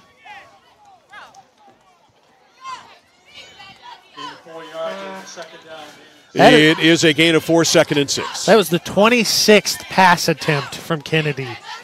I only have spots for one player for 50 pass attempts on my sheet. This will be a true test. 2nd and 6 from the Winslow 49-yard line. 4 receivers to the right and 1 to the left, an empty backfield. Kennedy lobs it downfield and well over his receiver's head, Drew Shorey. Back there in the coverage for the Raiders, Costigan. That's Isaiah, by the way. Yeah, I think Kennedy has some nice arm talent. I think he runs into issues, though. I don't think he has a consistent platform. That is, in that case, the situation, I think he knew he wanted to go deep, so he kind of stops and flings it more as opposed to throws it. And you've seen, I think, when he does that, it just sails on him. This first half may end at some point. We are an hour and 10 minutes in. Yep. 3rd down and 6 from the Winslow 49. Kennedy's in the shotgun. How about that? Diamond formation. Back to throw. Looking, has time, fires it up, overthrows his man again. Shorey again. It was open over there, but the ball well over his head.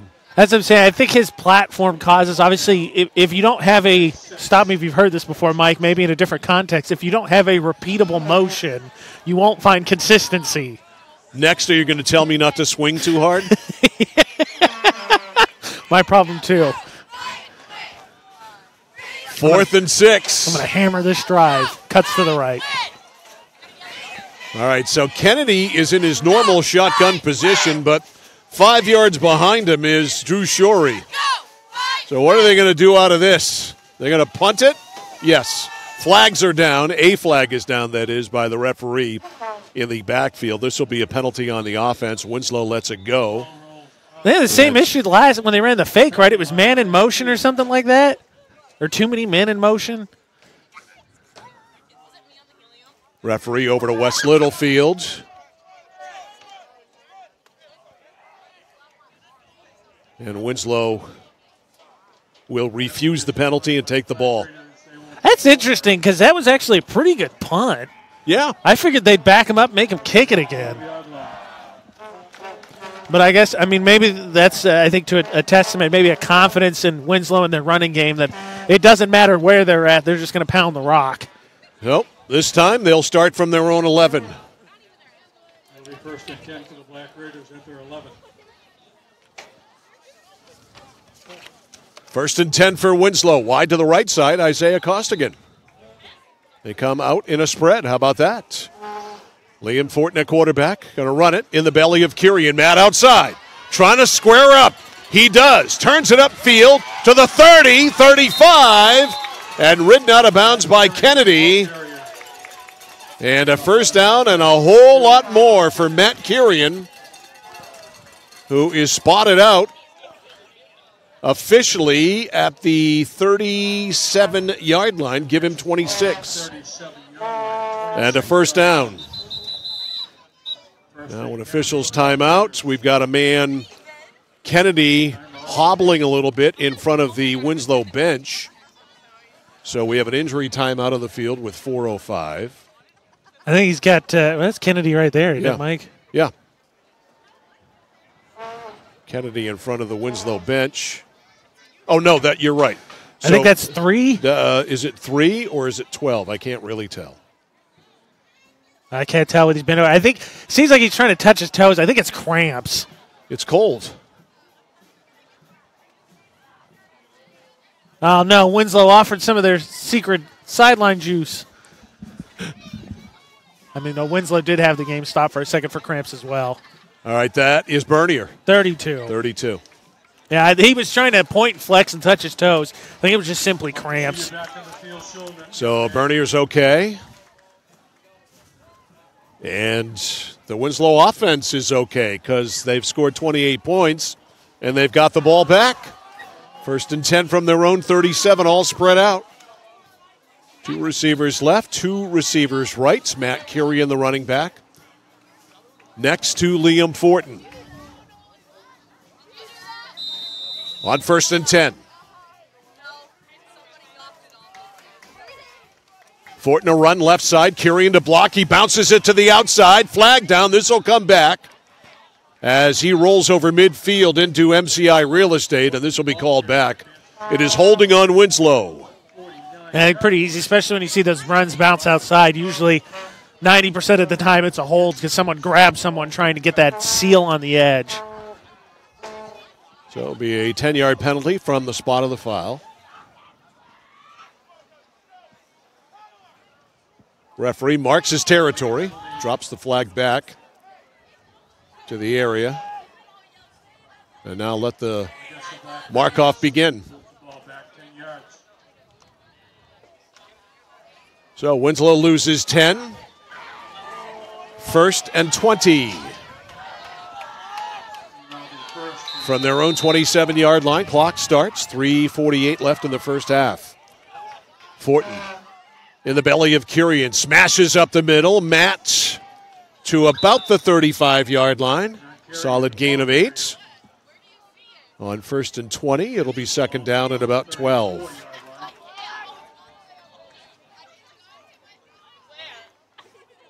Tonight, Coney and Mount Blue. It's going to be some balmy down there in Augusta tonight. Do you have more than this? Or are you going to be good? Because we're in the shade here, which was not maybe our brightest decision. I got more than this. Okay, just making sure because you're going to be outside again tonight. I'm worried about Sean Packer. You got to be honest. Yeah, me too. Because he's built like a blade of grass. 2nd down and 13. At least I've got some protection. Downfield, Kelly caught it! A bomb, a perfect throw by Liam Fortin. And Nolan Kelly with the catch. A deep ball, and Winslow in business in MCI territory at the 35-yard line. From the 35 to the 35. How about that? That was in a tight window, too. That one dropped right down the chute. First and 10, Winslow at the 35. Isaiah Costigan wide to the right. Wide to the left side is Paquette. The slot is Kelly.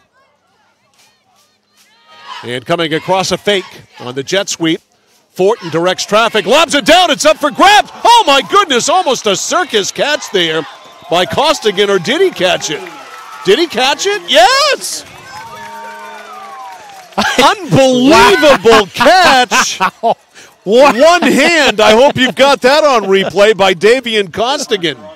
That was nuts.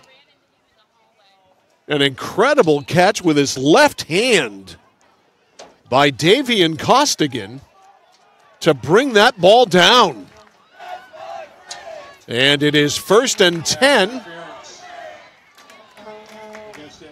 Oh, wait a minute. They don't have the sticks right. They got to hold up here.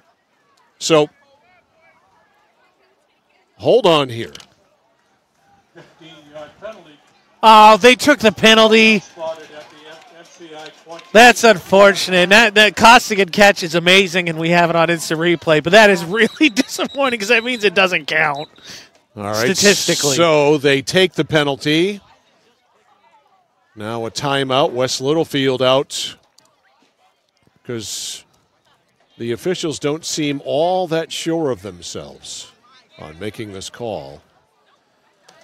Well, if the penalty was accepted, then this is easy. The math is right. It's 15 yards from the 35, I believe. I think it's 15 yards in high school, right, for DPI? Yeah.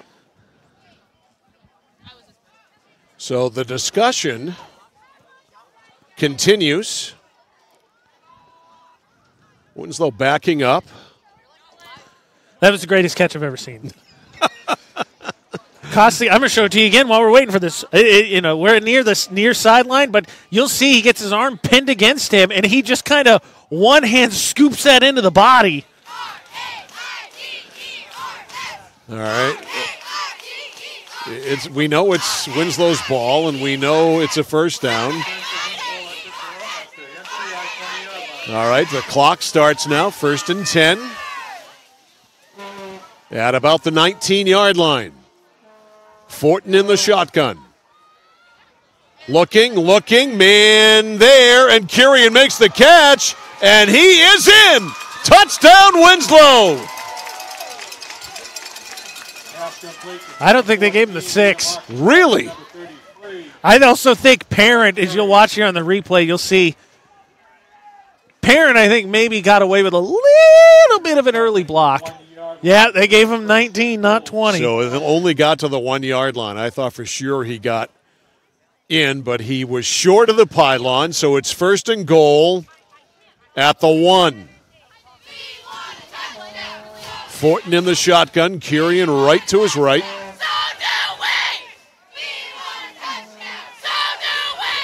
The snap, they give it to Kurian. He smashes in. Touchdown, Winslow.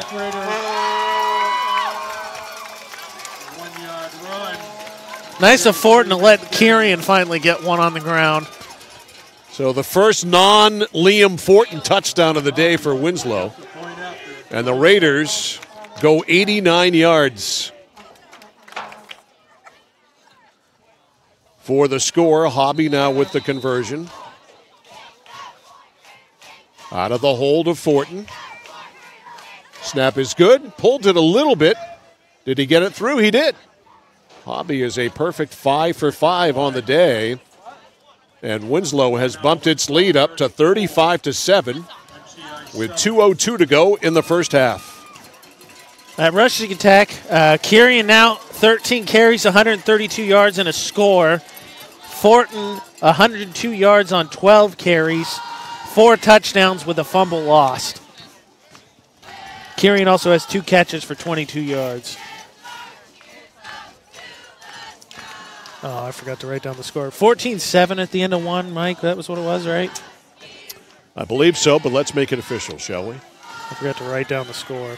Yes. Okay. All right, now the scoreboard only has it 34-7. Did that point not count? I thought they said it did. I didn't get an instant replay of the kick. Must not have. I thought it was good. So apparently not. The Black Raiders back to return the kick, number 2, Caleb Kennedy. And number 9. Kennedy and Shorey back to return.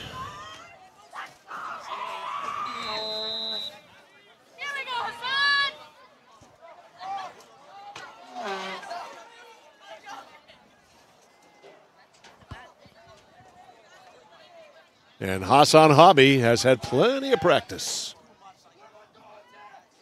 Ready to kick it off here.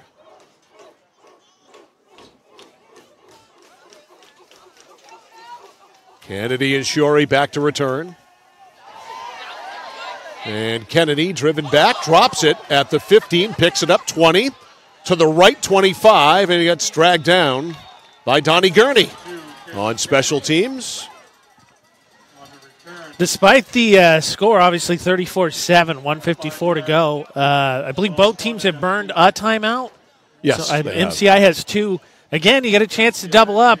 Winslow started with the ball to start the game, so score, get the ball back. Makes it interesting at least. So MCI 1st and 10 from their own 25. Trailing 35-7. Huskies all spread out, 2 to the right, 2 to the left for Caleb Kennedy, their junior quarterback. He is under center. Sends Bernier in motion. Out to Bernier in the flat. He's going to throw it. Lefty, it's Dying Quail, and it falls incomplete. Not Shorey's best day at quarterback, 0 for 3. So guess what? That stopped the clock again. That is 31 first-half pass attempts for MCI. I don't know what the record is, but you got to think this is close. Again, I mean, they're on pace to throw the ball potentially 70 times if the pace maintains. Just wow. Second down and 10 from the 25. Out in the flat, we got a flag down behind the play. Reynolds is down as well. He made the catch. A modest gain. Fortin in on the tackle for Winslow, but a flag well behind the play, and I think this will come back. Yeah, head referee there pointing back, so I think you're right. Holding on the backside, I'm going to guess.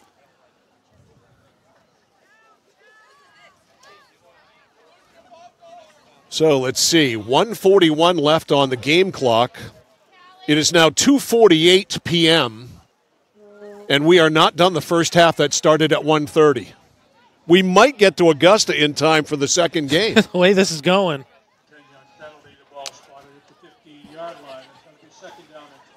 So 2nd and 20.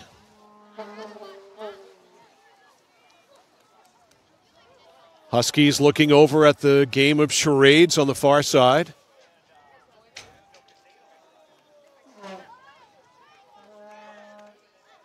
And now, finally, they have figured it out. I say it's a ghost. Pac-Man. It's Halloween. 2nd down and 20 from the 15. It's a ninja. Shouldn't the clock not be running? Yeah, it shouldn't be. But we don't mind if it does. Deep ball caught by Shorey at the 49. He's out of bounds. So finally they are able, that is, to haul one in. A deep ball, that's about 35 yards on the pass play. And MCI gets it up to midfield with 1:01 to go in the half. I think they burn a timeout as well. They did take a timeout. So with 1:01 to go, and that 35-yard pass play, Huskies will have it 1st and 10 at midfield, down 34-7. We thought that extra point was good, but apparently it wasn't. That was Shorey's 9th catch. How many completions for Kennedy? 14.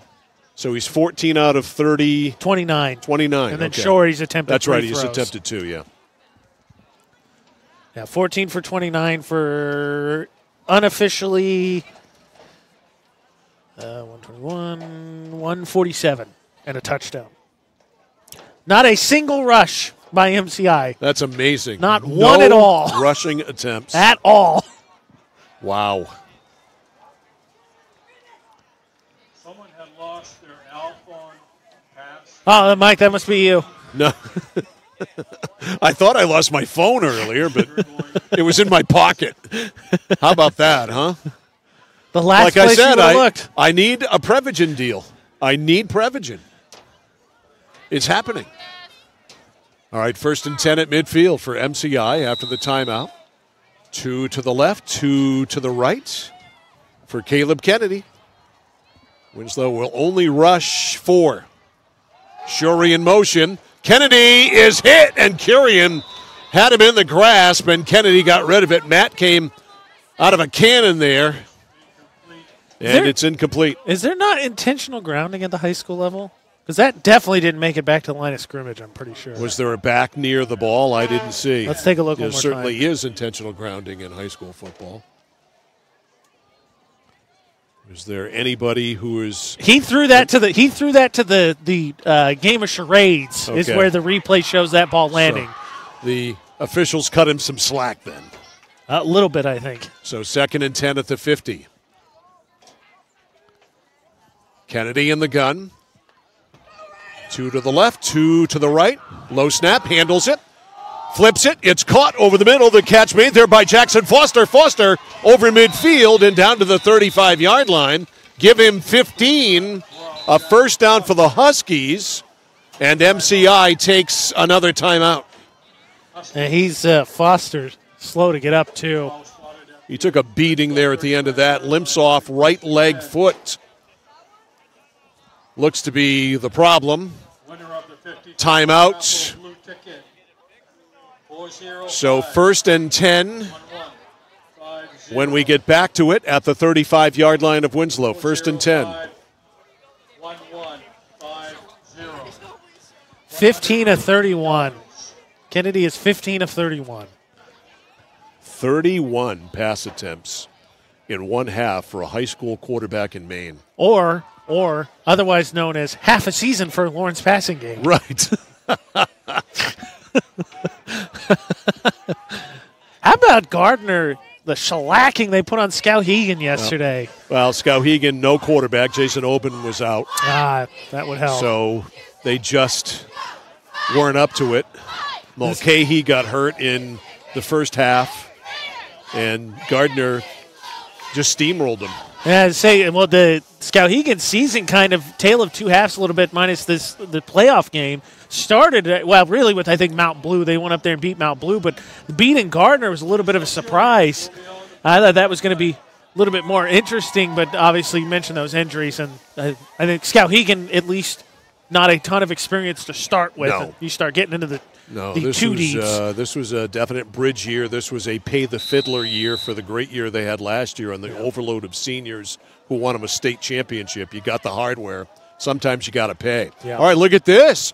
Winslow getting a dose of its own medicine. Double wing. Pitch to Shorey. He's going to throw it. He really likes to throw it high, and it's out of bounds. So Shorey with another pass attempt out of the double wing. Oh, you lost your pen. That is 2 pens we've lost today. That is tragic. Is mine there?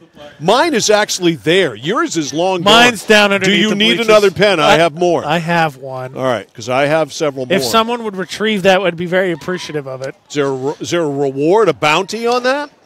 We'll talk to Jay Hansen about that. All rewards, see him. Submit an expense voucher. You'll be fine. I love that pin. The cap's off. It's going to dry out. What is Staples getting for those nowadays anyway? I don't know, everything's so expensive. A 4-pack of those, I think, is like $8. Oh, come on. I haven't. Who buys pens anymore?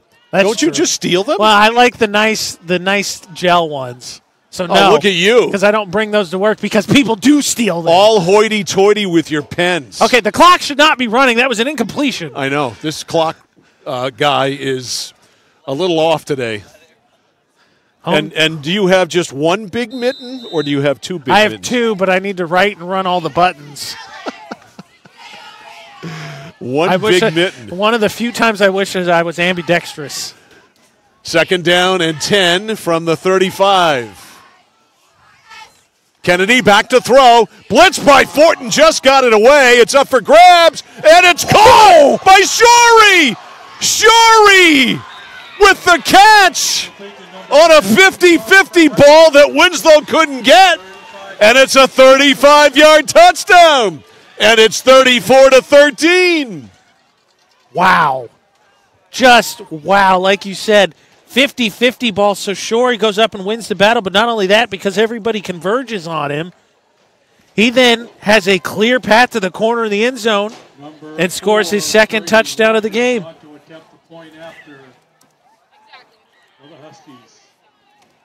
Brady Rogers for the conversion. He has made his only attempt today. Snap is good. He drives it, and it's good. Rogers able to get it through. And with 30 seconds left in the first half, it's 35-14. 34, Mike. 34-14. I still say they said that kick was good. It looked good, but I don't have a replay of it, so I cannot confirm. So MCI still breathing. Closing the gap to 34-14 with 30 seconds left in the half.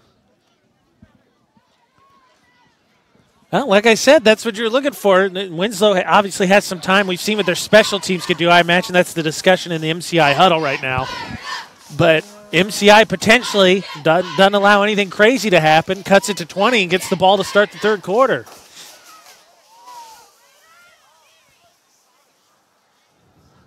Back to return the kickoff for the Black Raiders. Number 32, Donnie Gurney. All righty. Carrion. Guess I should put my mic down. There we go. Donnie Gurney, Matt Carrion, Nolan Kelly back to return the kick of Rogers. As we are 3 minutes away from 3 o'clock. Jeez.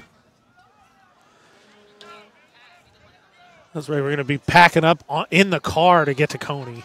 Should have started at noon. I am grateful they didn't play yesterday. Yeah. That weather was lousy. All right, another pen. That wasn't mine. Oh. No, it didn't go down, though. I'm going to get him at halftime.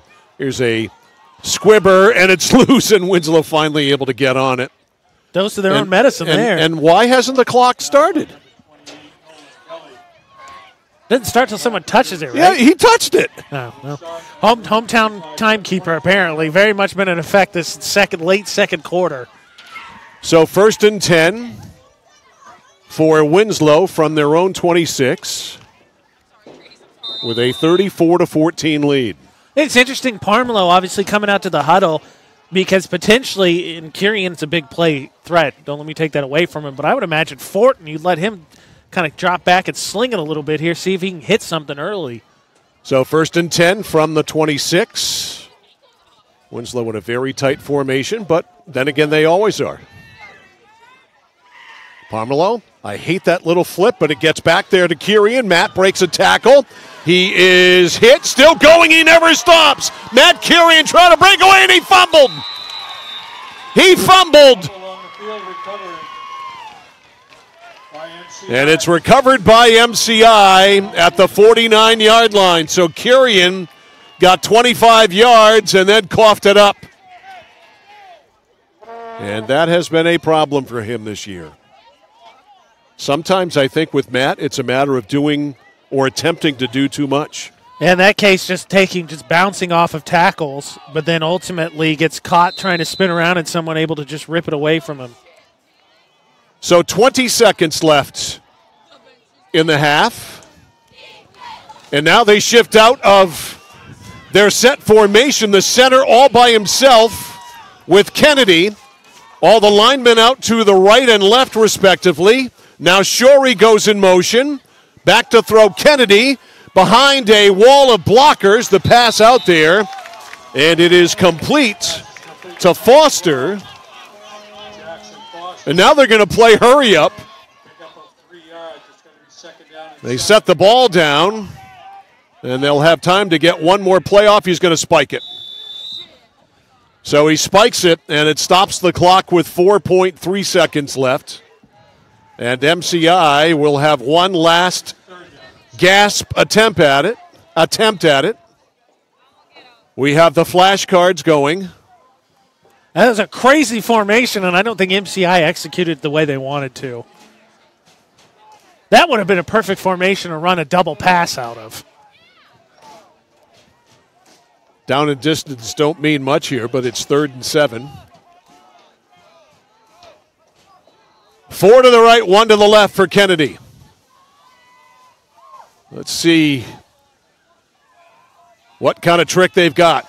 Going to flip it out in the flat. It is caught out there, and immediately Winslow swarms Connor Reynolds, and that is it for the first half, which took an hour and a half to play because MCI threw over 30 passes in the first half. Score at halftime, Winslow Black Raiders 34, and the MCI Huskies 14. Halftime coming up, brought to you by Hammond Lumber Company.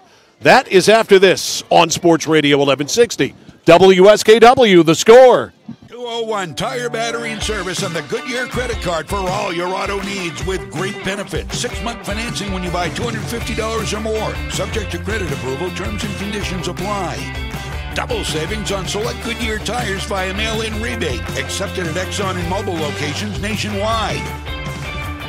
The Goodyear credit card, the complete solution. 201 Tire Battery and Service on the Augusta-Vassalboro line. Get yours. Apply now. Nothing brings people together like good food. So when you're cooking for the ones you love, why trust anyone but Joseph's Market? Joseph's Market is famous for their fine meats. Plus, no one makes sausage like Joseph's. They have 32 rotating flavors like Mexican chorizo, teriyaki pineapple, or spinach and feta. So there's something for everyone. You know, an apron is just a cape worn backwards. So be a superhero at your next cookout with fresh meat and sausage from Joseph's Market on Front Street in Waterville. Find them at josephsmarketmaine.com and like them on Facebook. Oh, please start. You wouldn't allow your car to bypass its maintenance, would you? Hey, Jen, would you look this up on your computer? Oh, wish I could. This office computer is so slow. How about your computer maintenance? Trust the pros at Computer Improvements. They can come on site or stop by, handling general maintenance, antivirus protection, hardware upgrades, and Computer Improvements can set you up with solid-state hardware memory, giving your operating system wicked fast response time due to less moving parts, so your day isn't like this. Contact Computer Improvements to schedule your service today. Computer Improvements, downtown Skowhegan. Are you fed up with high prices at the pump? Do monthly utility bills drain your wallet? If you're nodding your head yes, Renewal by Andersen is your best solution. They custom build and install weather-tight replacement windows and back them with a generous, fully transferable limited warranty. Call now to schedule your free design consultation. Plus, take advantage of this limited time offer with incredible savings and attractive financing. Don't miss out. Call Renewal by Andersen today. Notice the price of gas and oil lately? Thinking about a pellet stove? Pellets are a renewable resource that are economical, and pellet stoves don't have to be ugly or loud. Come talk to us at Somerset Stone & Stove. Let us explain why now is the best time to have your pellet stove installed. Wouldn't you love to have a gas stove or fireplace designed for your home? Let Somerset Stone & Stove design and install a Regency gas stove or fireplace that is just right for you. Let us customize your Regency gas stove or fireplace while you enjoy the beauty and warmth. Visit Somerset Stone & Stove in Oakland. Casella Waste. You see their trucks everywhere all the time. That's because they're out taking care of customers like you. Roll-off dumpsters, they've got them 15 to 50 yards. And they're in your neighborhood picking up the trash so you don't have to worry about it. Weekly, bi-weekly, or monthly from 2 to 10 yards. Casella Waste will also deliver portable toilets when and where you need them. And they offer septic services. Call to learn more about Casella Waste. 872-8257. 872-8257 for Casella Waste. I came for a visit and I just fell in love with it. They just want to see you be you and just excel. There's a lot of opportunities here. It really gives me time to figure out what I want to do with my life. It's a good stepping stone to get to where you want to be. The tuition is definitely part of what brought me here. You know, credits transfer, that's huge, especially for a community college when you're trying to figure out what you want. CM's the best place. Honestly, it's the best place. You got to be here to experience it. When you're ready to tackle your next building project, no matter how big or small, depend on Hammond Lumber Company for the products and services you need.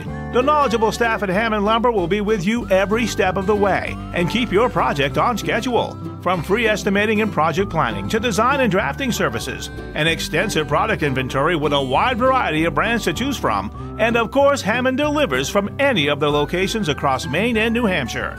Hammond Lumber Company, your building project partner.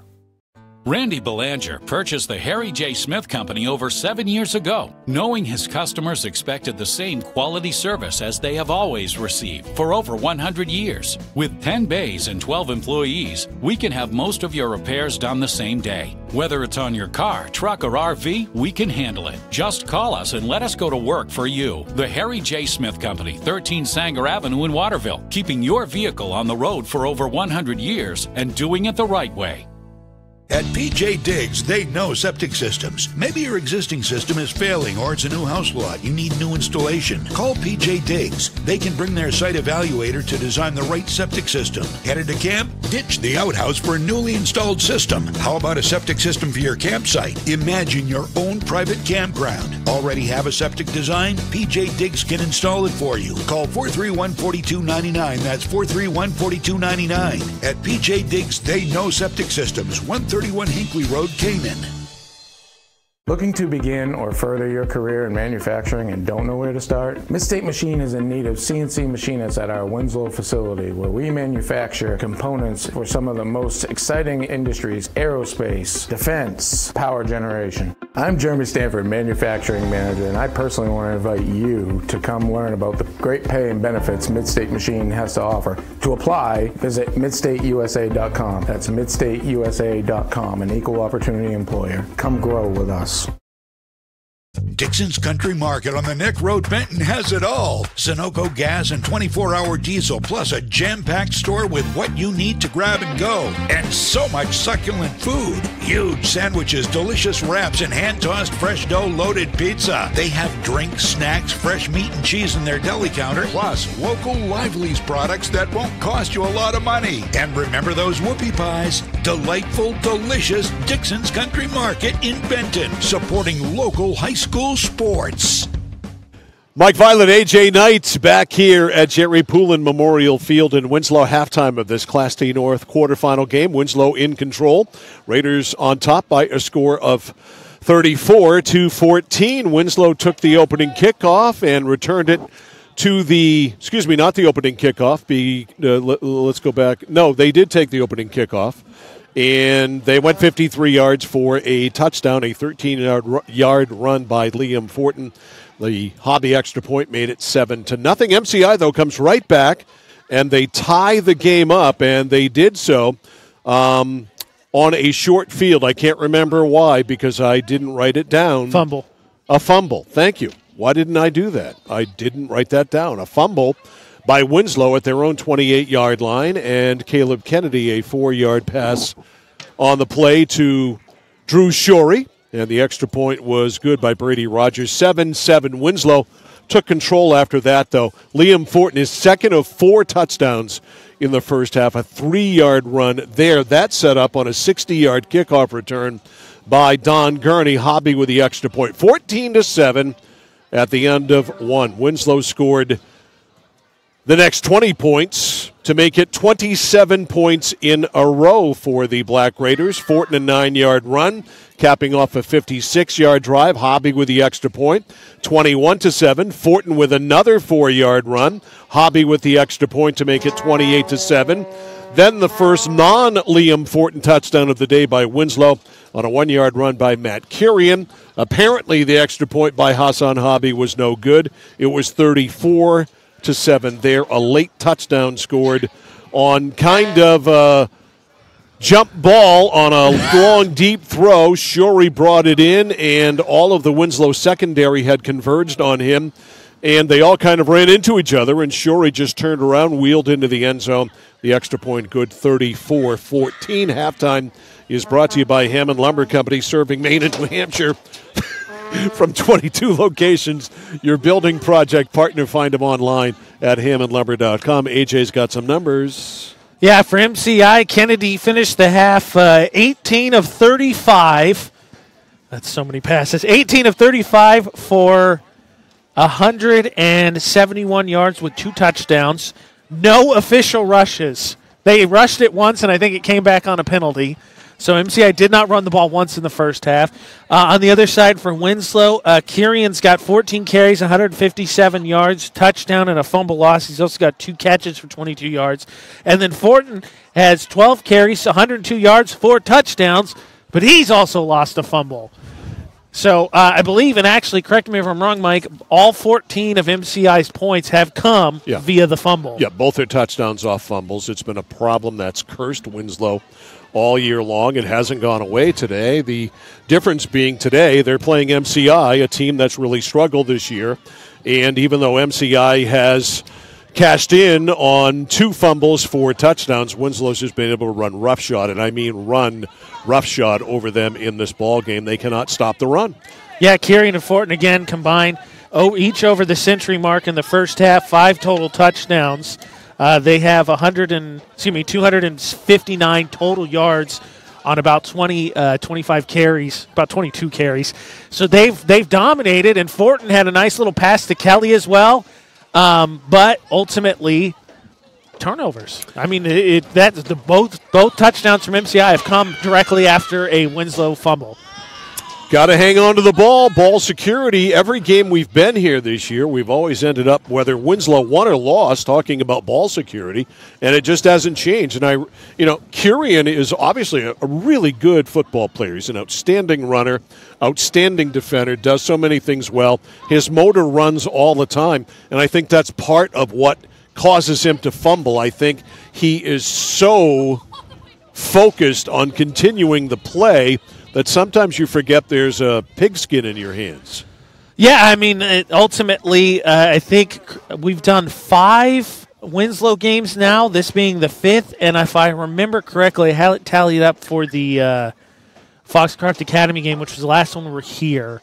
I believe it is something like 16 fumbles now, and 9 of them lost, I want to say, in the 5 games that we've done for Winslow. I mean, the fact that, that number is so big for a season. I mean, you just can't successfully navigate your way through a season when you put the ball on the ground as much as Winslow does. I mean, it's 2 or 3 or 4 times a game where they just put the ball on the ground and turn it over. It's like seemingly we've got a quota, we got to hit it, and they usually do. Yeah, well, I think in the Madison game, they allowed Madison to hang around because both teams couldn't stop turning the ball over. Belfast, it was a huge issue as that Belfast team came in here and won. Foxcroft Academy, I mean, arguably, you could take your pick. There's a couple of them. But Kirian's touchdown gets called back to start he took the opening kickoff back to the house, but it gets called back for a penalty.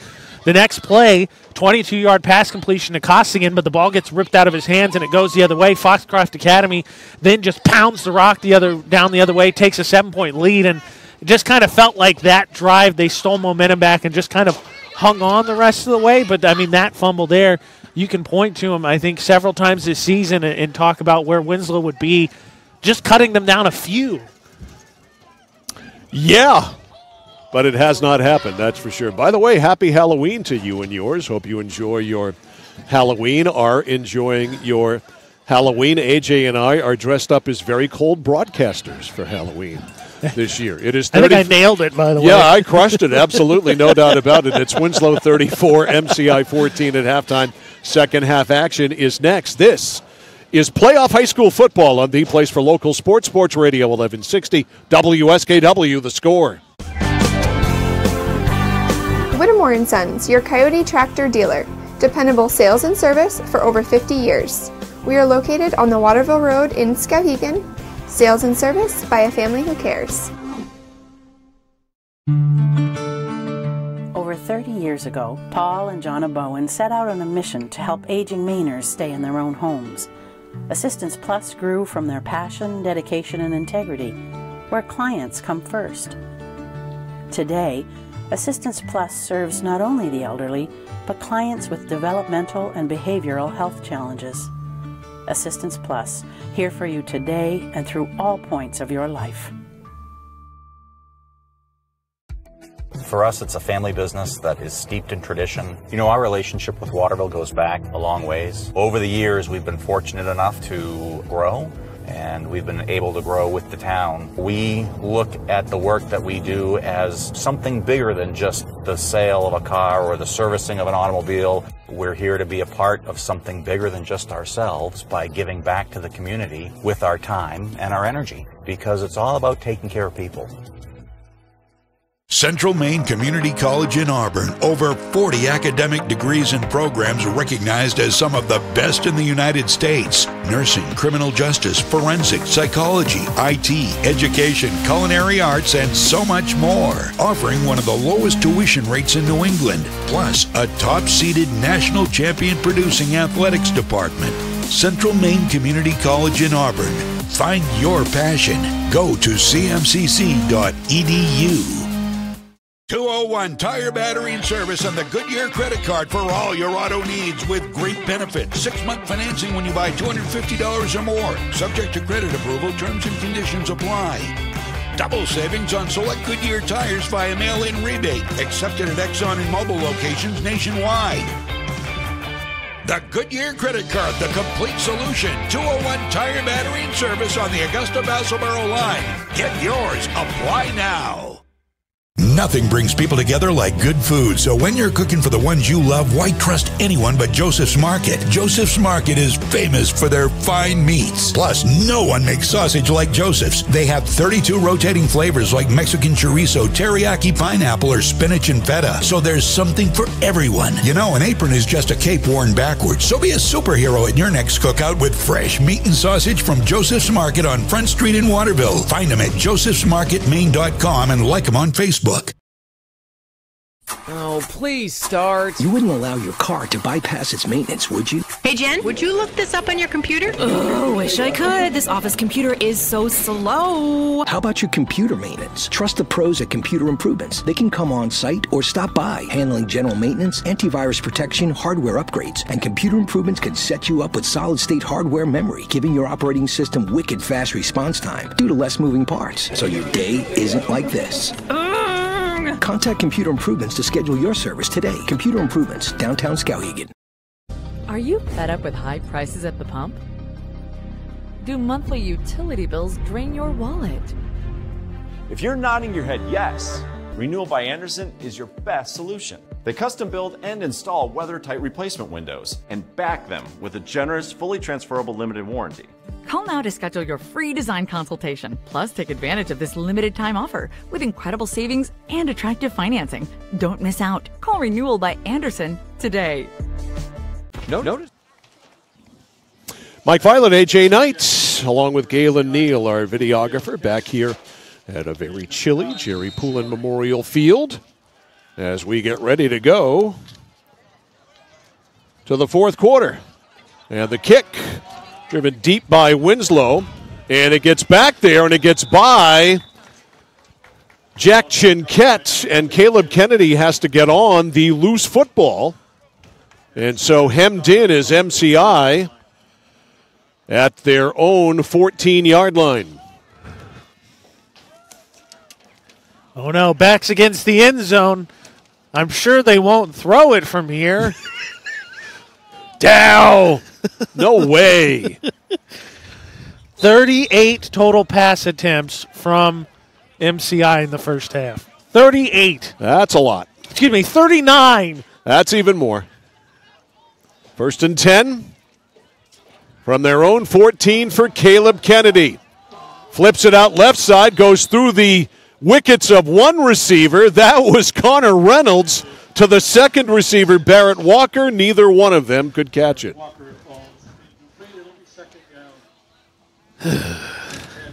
And onward we go.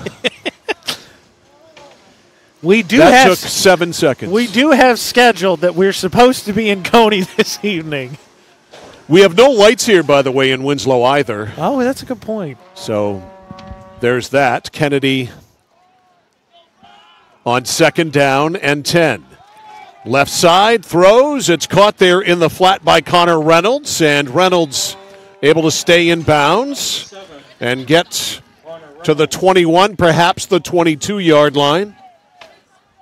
So about 7 or 8, depending on where they spot it. That's a heck of a catch by Reynolds there. I thought for sure he missed that. And even in the replay, it's kind of tough with all the bodies, but a nice job plucking that basically off his shoestrings.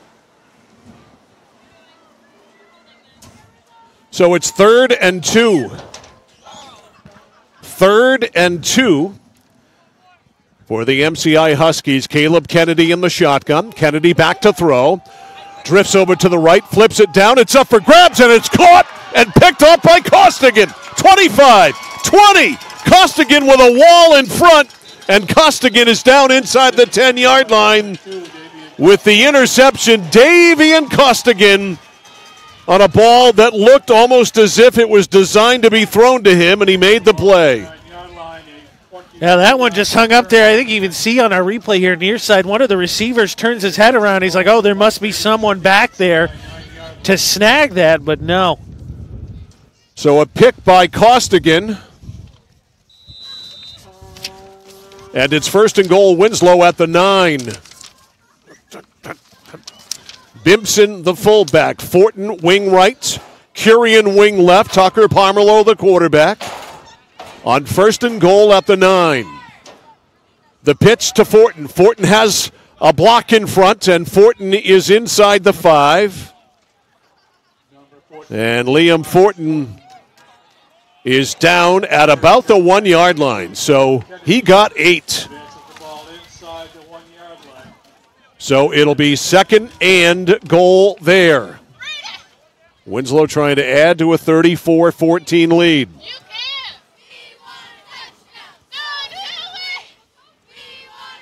Second down and goal. Pomerleau, the pitch to Fortin. Fortin drives in. Touchdown. Touchdown number 5 today for Liam Fortin.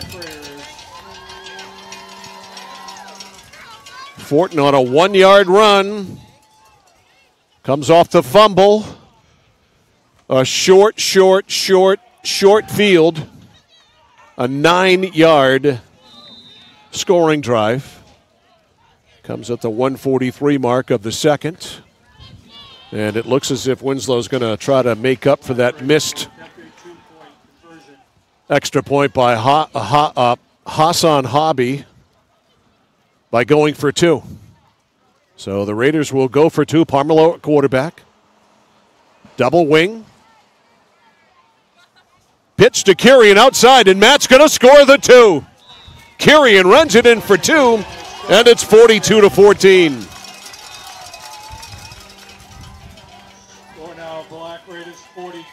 Kirian, I think, nice job there using his speed. Not normally something he knows for horizontally. Once he gets vertical, for sure he can run around you. But there, nice job just getting to the outside. So Fortin scores the touchdown. Kirian the 2. And it adds up to a 42-14 lead for the Winslow Black Raiders. Here's the predicament, Mike. MCI already threw the ball 40 times when most of that they were in the game. Maybe now, they should run. Facing a huge deficit. This game's going to get done by Wednesday morning. I'm going to have to do the Jay and Desiree show live from Winslow. Well, we've got plenty of broadcasting equipment.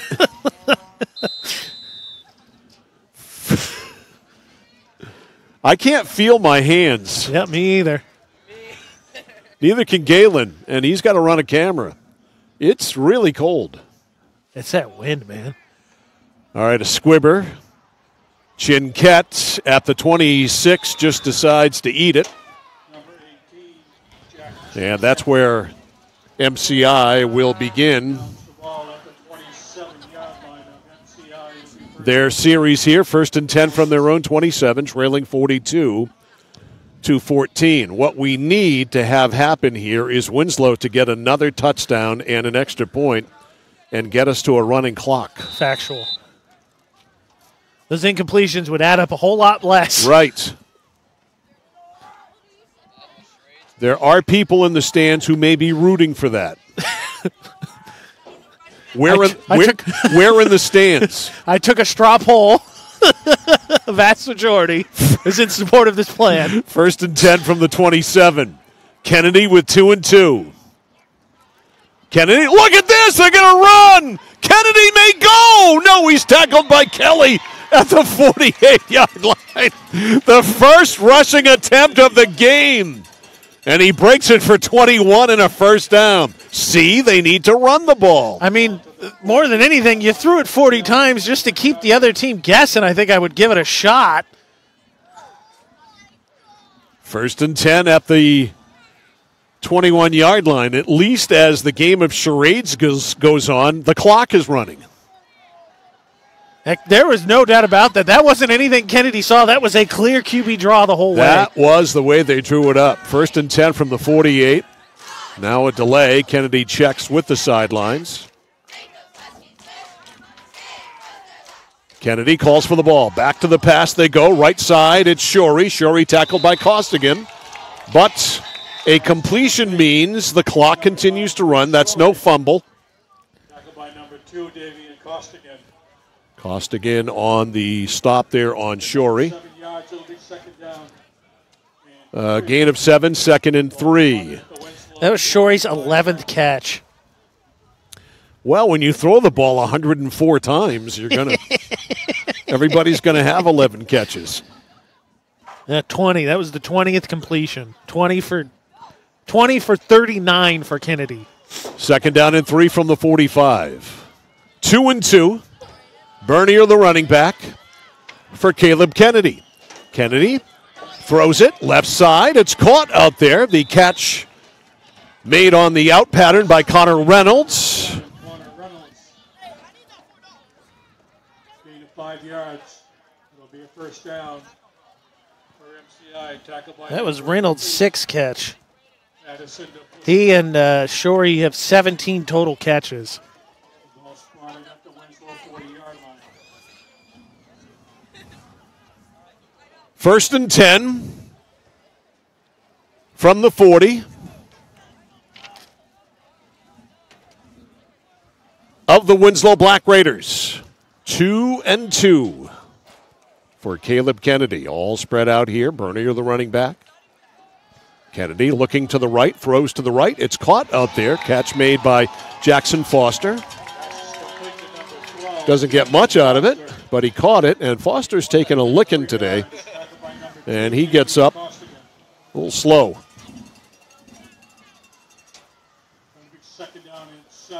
But the clock runs on a completed catch, completed pass. Tonight, Coney, Mount Blue. 7 o'clock from Fuller Field in Augusta. Time permitting. That's if we make it.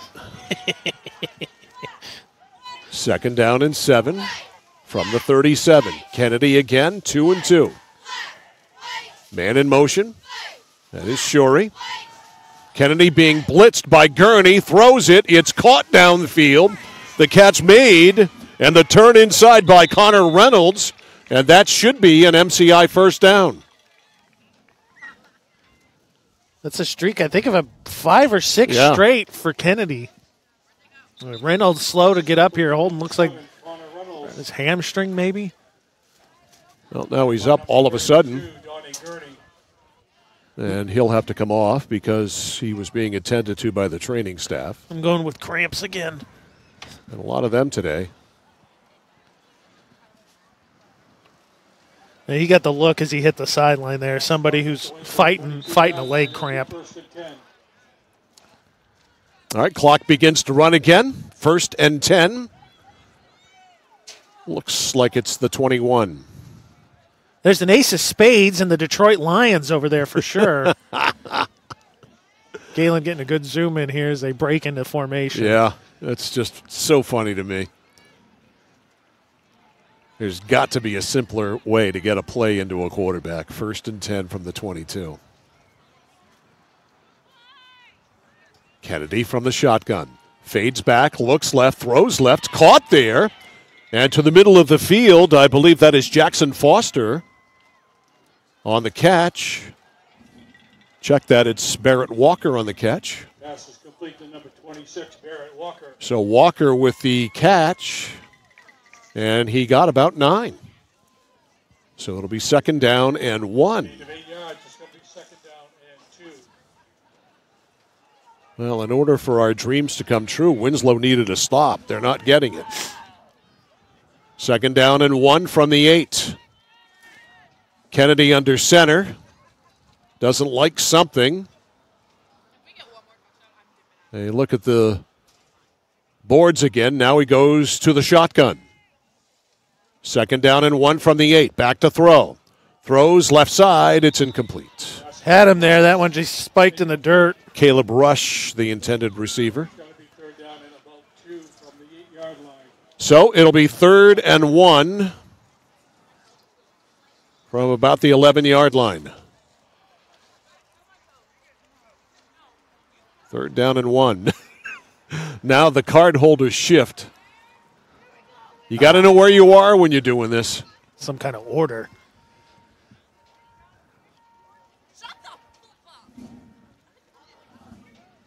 Third down and a yard.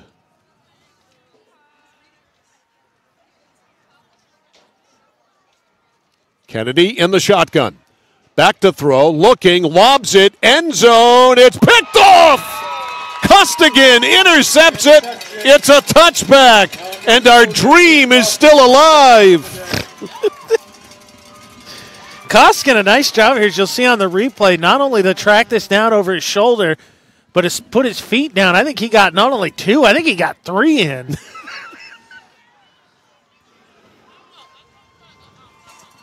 Oh, I thought it was a touchback, but it's not. Hard to see from way down there. Yeah, it's at the 1-yard line. So no touchback, and Winslow takes over at their own 1, leading here 42-14 with 5:41 left in the third quarter. If you're just tuning in, you heard me right. 5:41 left in the third quarter. This game could be renamed From Here to Eternity. Handoff to Fortin. For those of you not old enough to know the reference, Google it. It was a book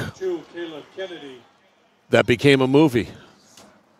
That was 4 hours long? Also became famous for being part of the plot of The Godfather. Oh, okay. Interesting.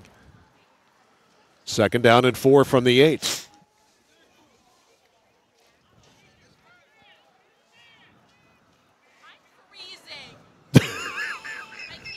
The turn, the handoff to Curian, breaks tackles, here he goes!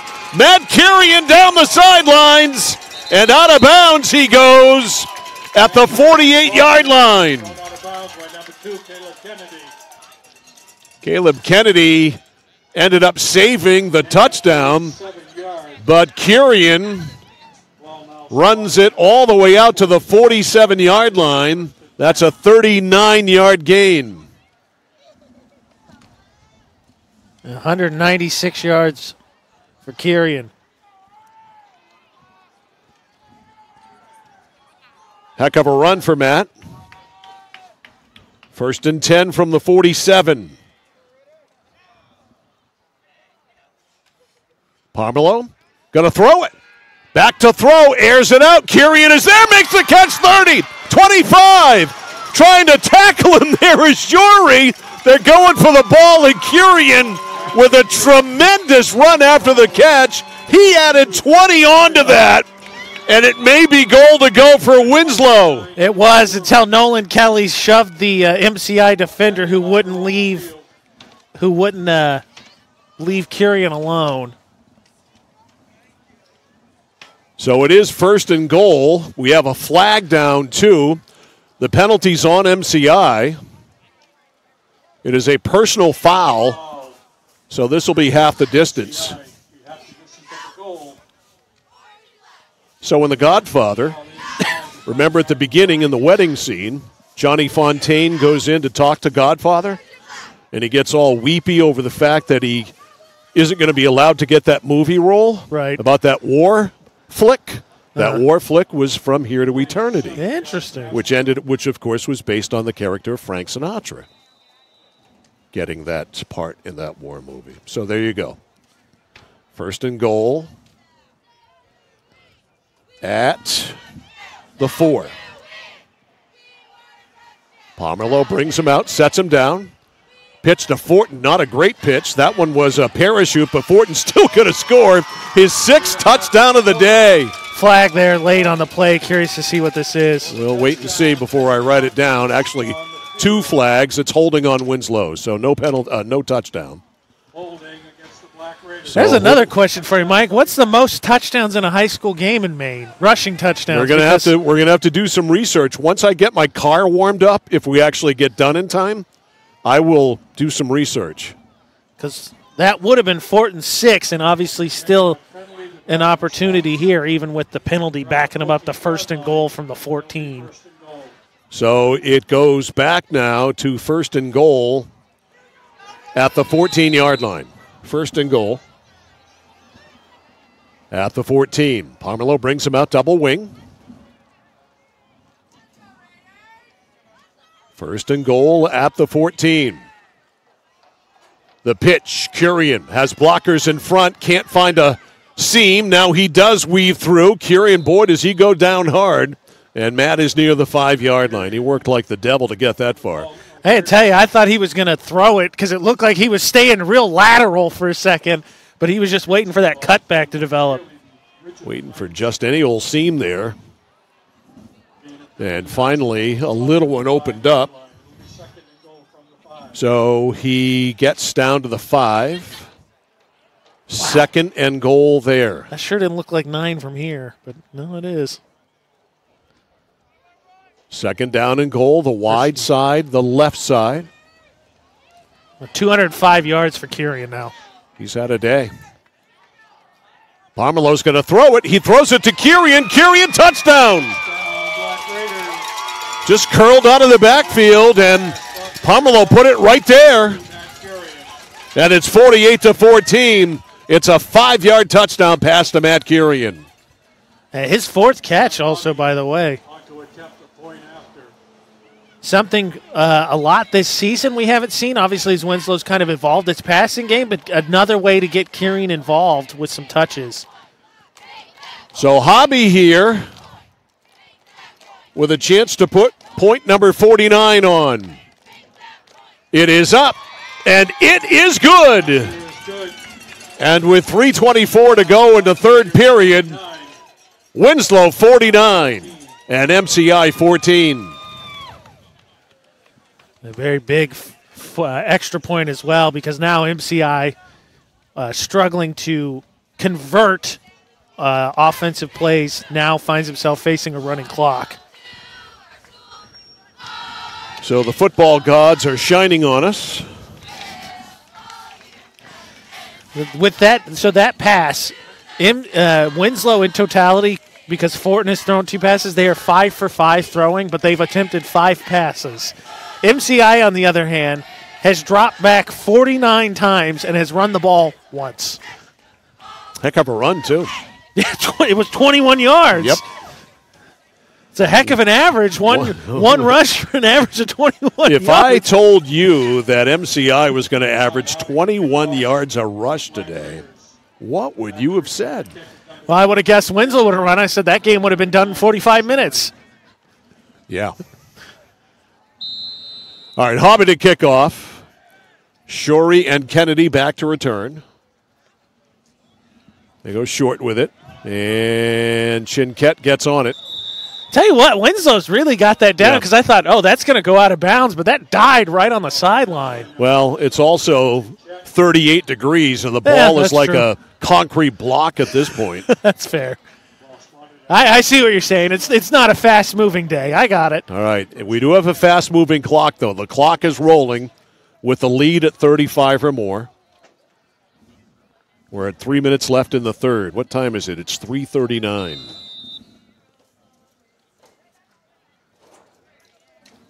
Winslow coaching staff leaving the boxes? 1st and 10 from the 28. Trips to the right, one to the left. Bernier, the running back. Kennedy back to throw. Looking left, lobs it up there. It is up for grabs. Too deep, it's incomplete. Back there on the coverage for Winslow, Addison Duplessis. A couple of Black Raiders there. Really, actually, everyone in a black jersey was pretty much closest. That is the 46th pass attempt for Kennedy. 50 total now for MCI.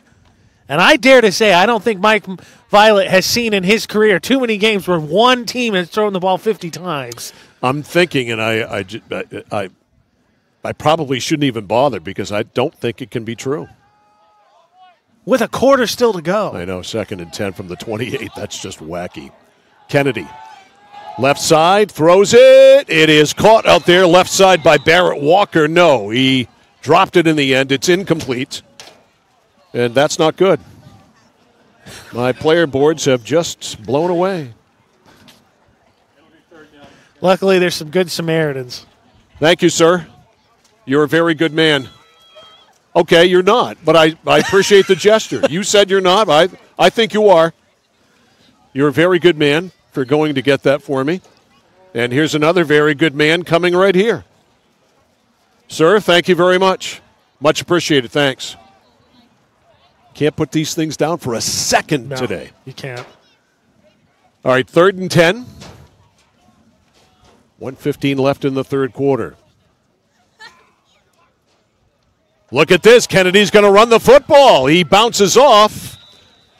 Liam Fortin, and then Fortin wrapped him up. My teeth are chattering. I was trying to figure out which way you were going with that. Those booths are heated in Augusta, right? Are they? No. I didn't think so. I might, if I should put a space heater in the car. That's a good idea. Yeah. Didn't think of that this morning. Brought every piece of outerwear that I had, but didn't think of my space heaters. Hopefully it's a little less breezy in Augusta. I hope so. Hopefully when the sun goes down, the breeze goes down. All right, 4th and 3 from the 35. 20 seconds left in the quarter. Kennedy over the middle. Throws. It's caught. Boy, talk about fitting it into a small window. Is it caught or picked off?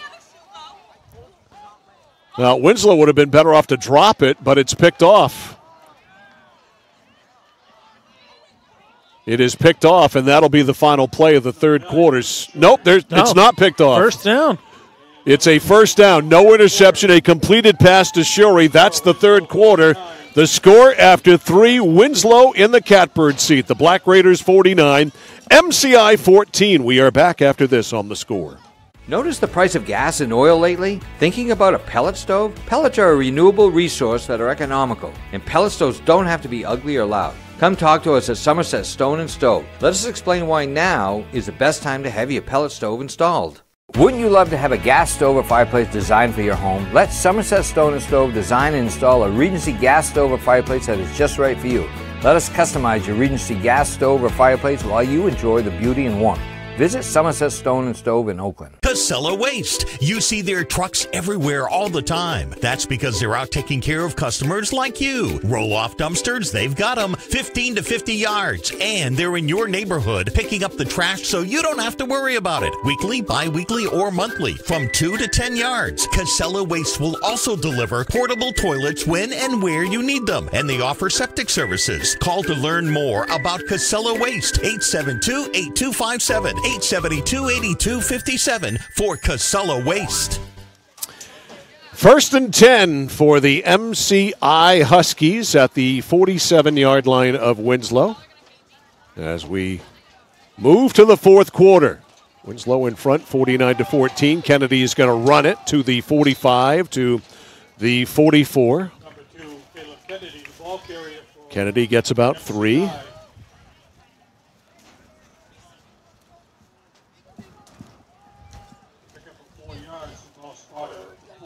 You notice the PA guy and I haven't agreed on anything today?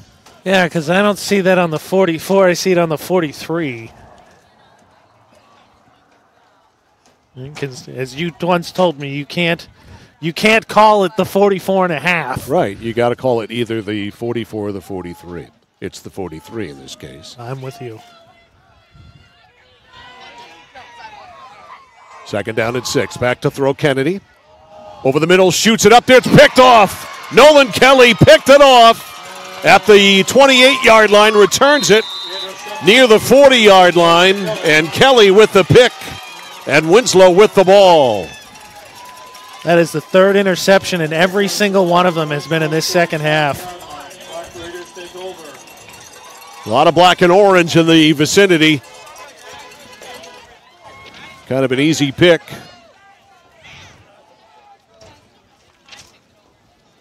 And Winslow with a 49-14 lead, unless something bizarre happens, has punched their ticket for a trip to Dover Foxcroft. And a rematch with the team they played the toughest. Yep, they've given Foxcroft Academy the only good game they've had this year, and a scrum moves all the way up to the 47-yard line, a gain of 8. That was Parmelo on the carry. So Parmelo will give him 7, second down and 3. Ball's at the 47-yard line. It is at the 40. And I'm not just doing it to spite him either. No, you're correct. Second down and 3. And Winslow's using all their time, which they certainly got a lot of practice doing in that final game against Foxcroft Academy. Parmelo waits until the back judge signals 10. Flip to Matt Kurian, who's had himself an all-world game today, and it continues. Kurian with another big gainer and a first down.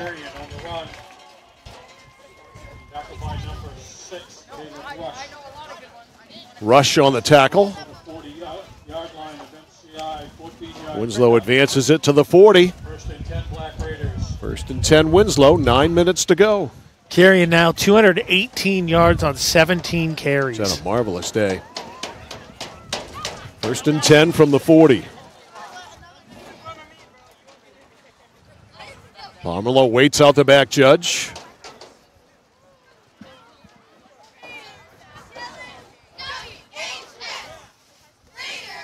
There it is. 10-second signal. Fortin in motion, gets the pitch. Quarterback with the lead block there, Parmelo, and Fortin angles over to the left to about the 37.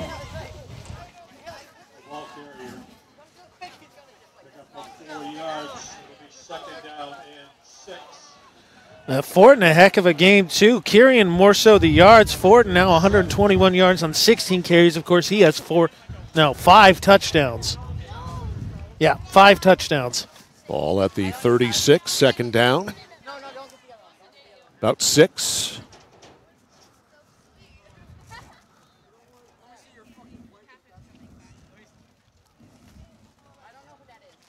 Pitch to Kurian. Kurian in trouble, but he breaks away from it. And Kurian right near the 30-yard line. And Kurian there was another step quicker, and he's got a backside, as you saw him follow there on the replay. Had a chance there, I think, to get out to that far sideline. Third down and about a yard.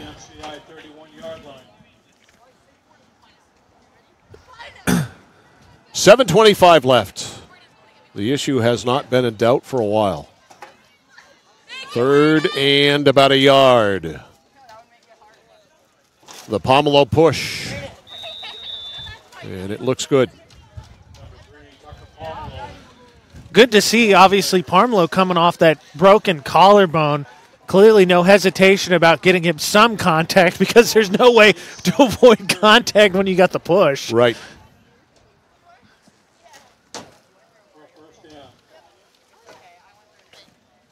First and 10 Winslow.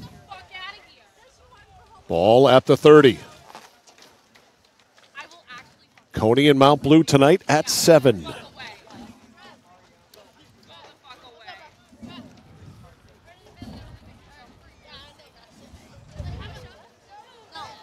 Pitch to Fortin. Fortin, who's had a huge day. Gets muckled onto and put down after a gain of about 7 or 8 yards.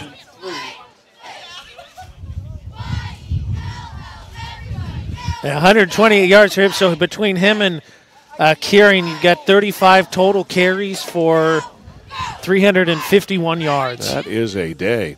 Over 10 yards a carry. 2nd and 3, 6 minutes to go. 2nd and 3, Winslow at the 30. Excuse me, at the 23.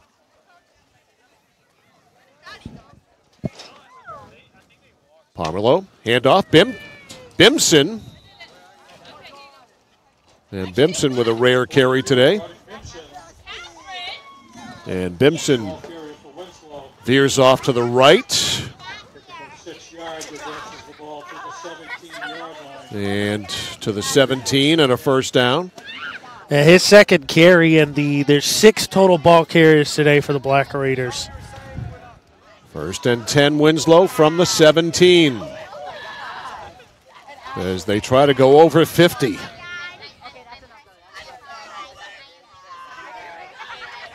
Pomerleau. Pitch to Fortin. Fortin trying to go wide. Looking for a place to go. There wasn't any. He had to take it right to the sideline. Did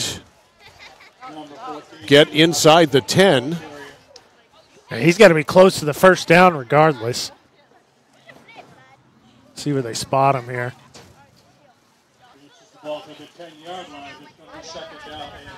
2nd and 3, we'll call it. 4.5 left. You can see as you talked to Coach Littlefield in the pregame, just how much having Fortin opens things up for Kieran. Big difference. 2nd down and 3 at the 10. Pomerleau waiting it out.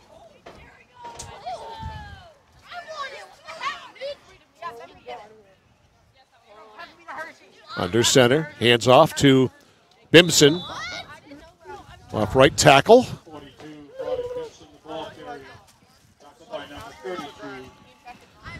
And Bimson with a modest gain. Bernier on the stop. A nice job there, MCI, quickly snapping on that one. It's like no gain. Oh, wait, sorry.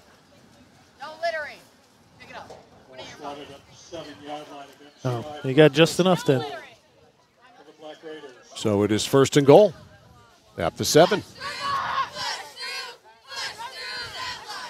1st and goal at the 7. Pomerleau. Pitch to Kirian. Kirian waits for a hole to open. One really doesn't. Or does it? It did. It was enough.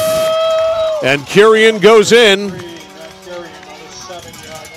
And it's 55-14.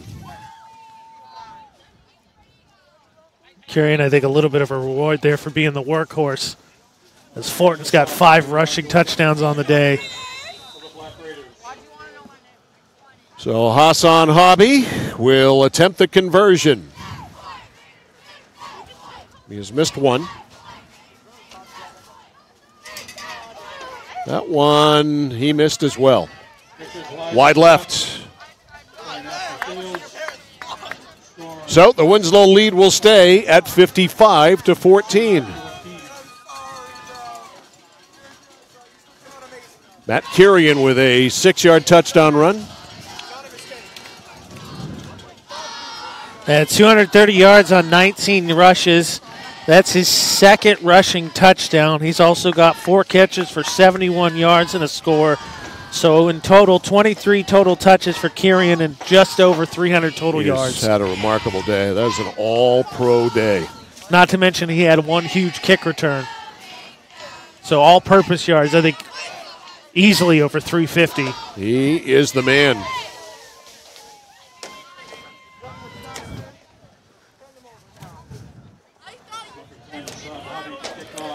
So Hobby will kick off again.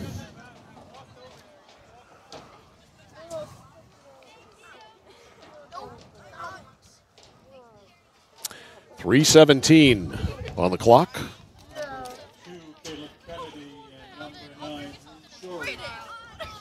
Kennedy and Shuri back there again. They have been the return men all day.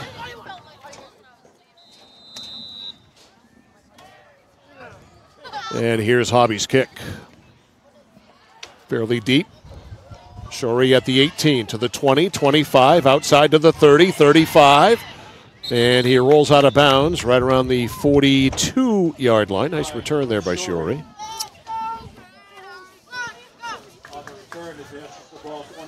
I hadn't had a whole lot of opportunity, obviously, as Winslow has played that pooch game most of the game. But I think after a comfortable lead, kind of testing their special teams coverage, which I know has been something they've tried to work on the last few weeks especially. So it'll be 1st and 10 from the 42 for the MCI offense. Caleb Kennedy in the shotgun. Has two backs in the backfield. First time they've gone that route today.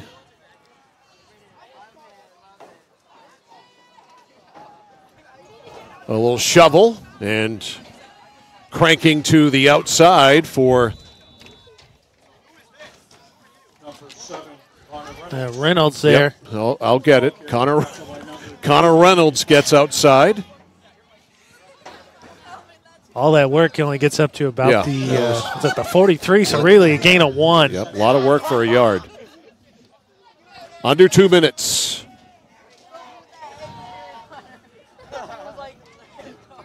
Second down and 9.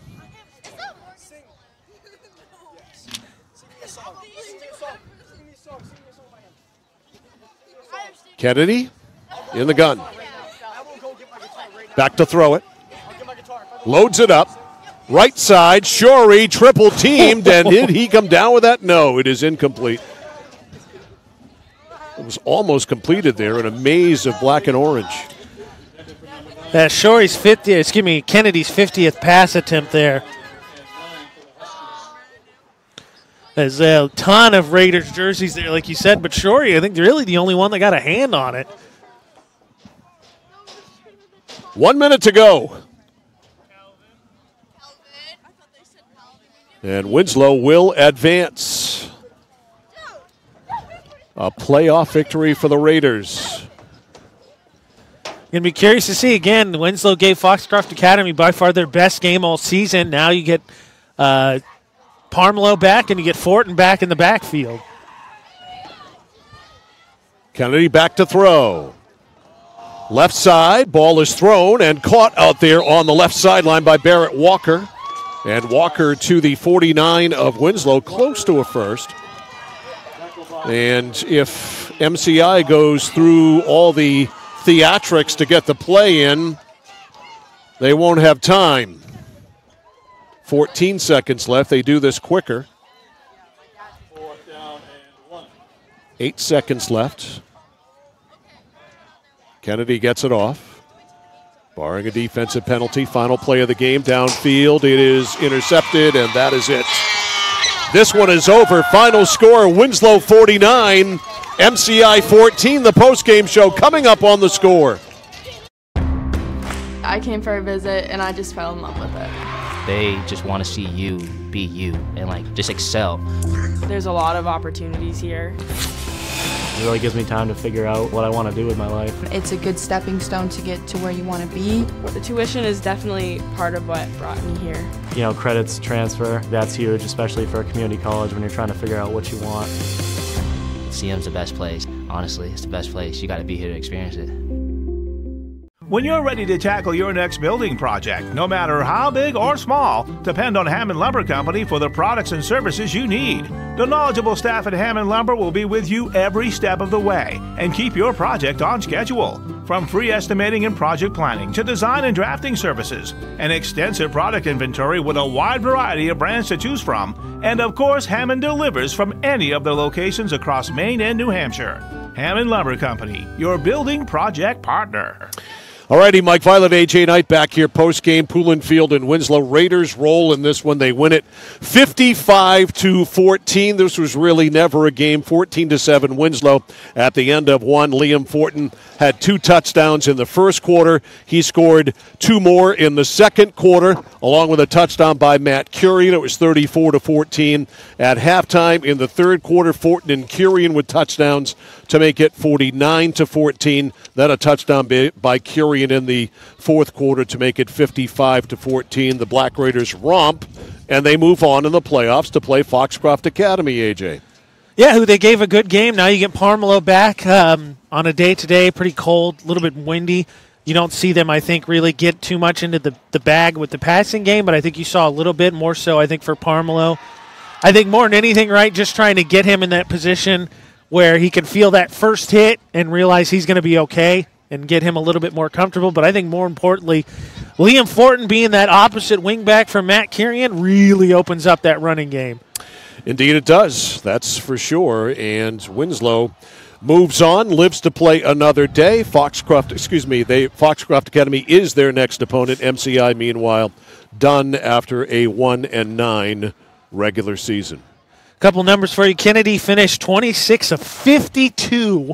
The team as a whole had 56 pass attempts, and his yardage was roughly, 216, 259, about 270.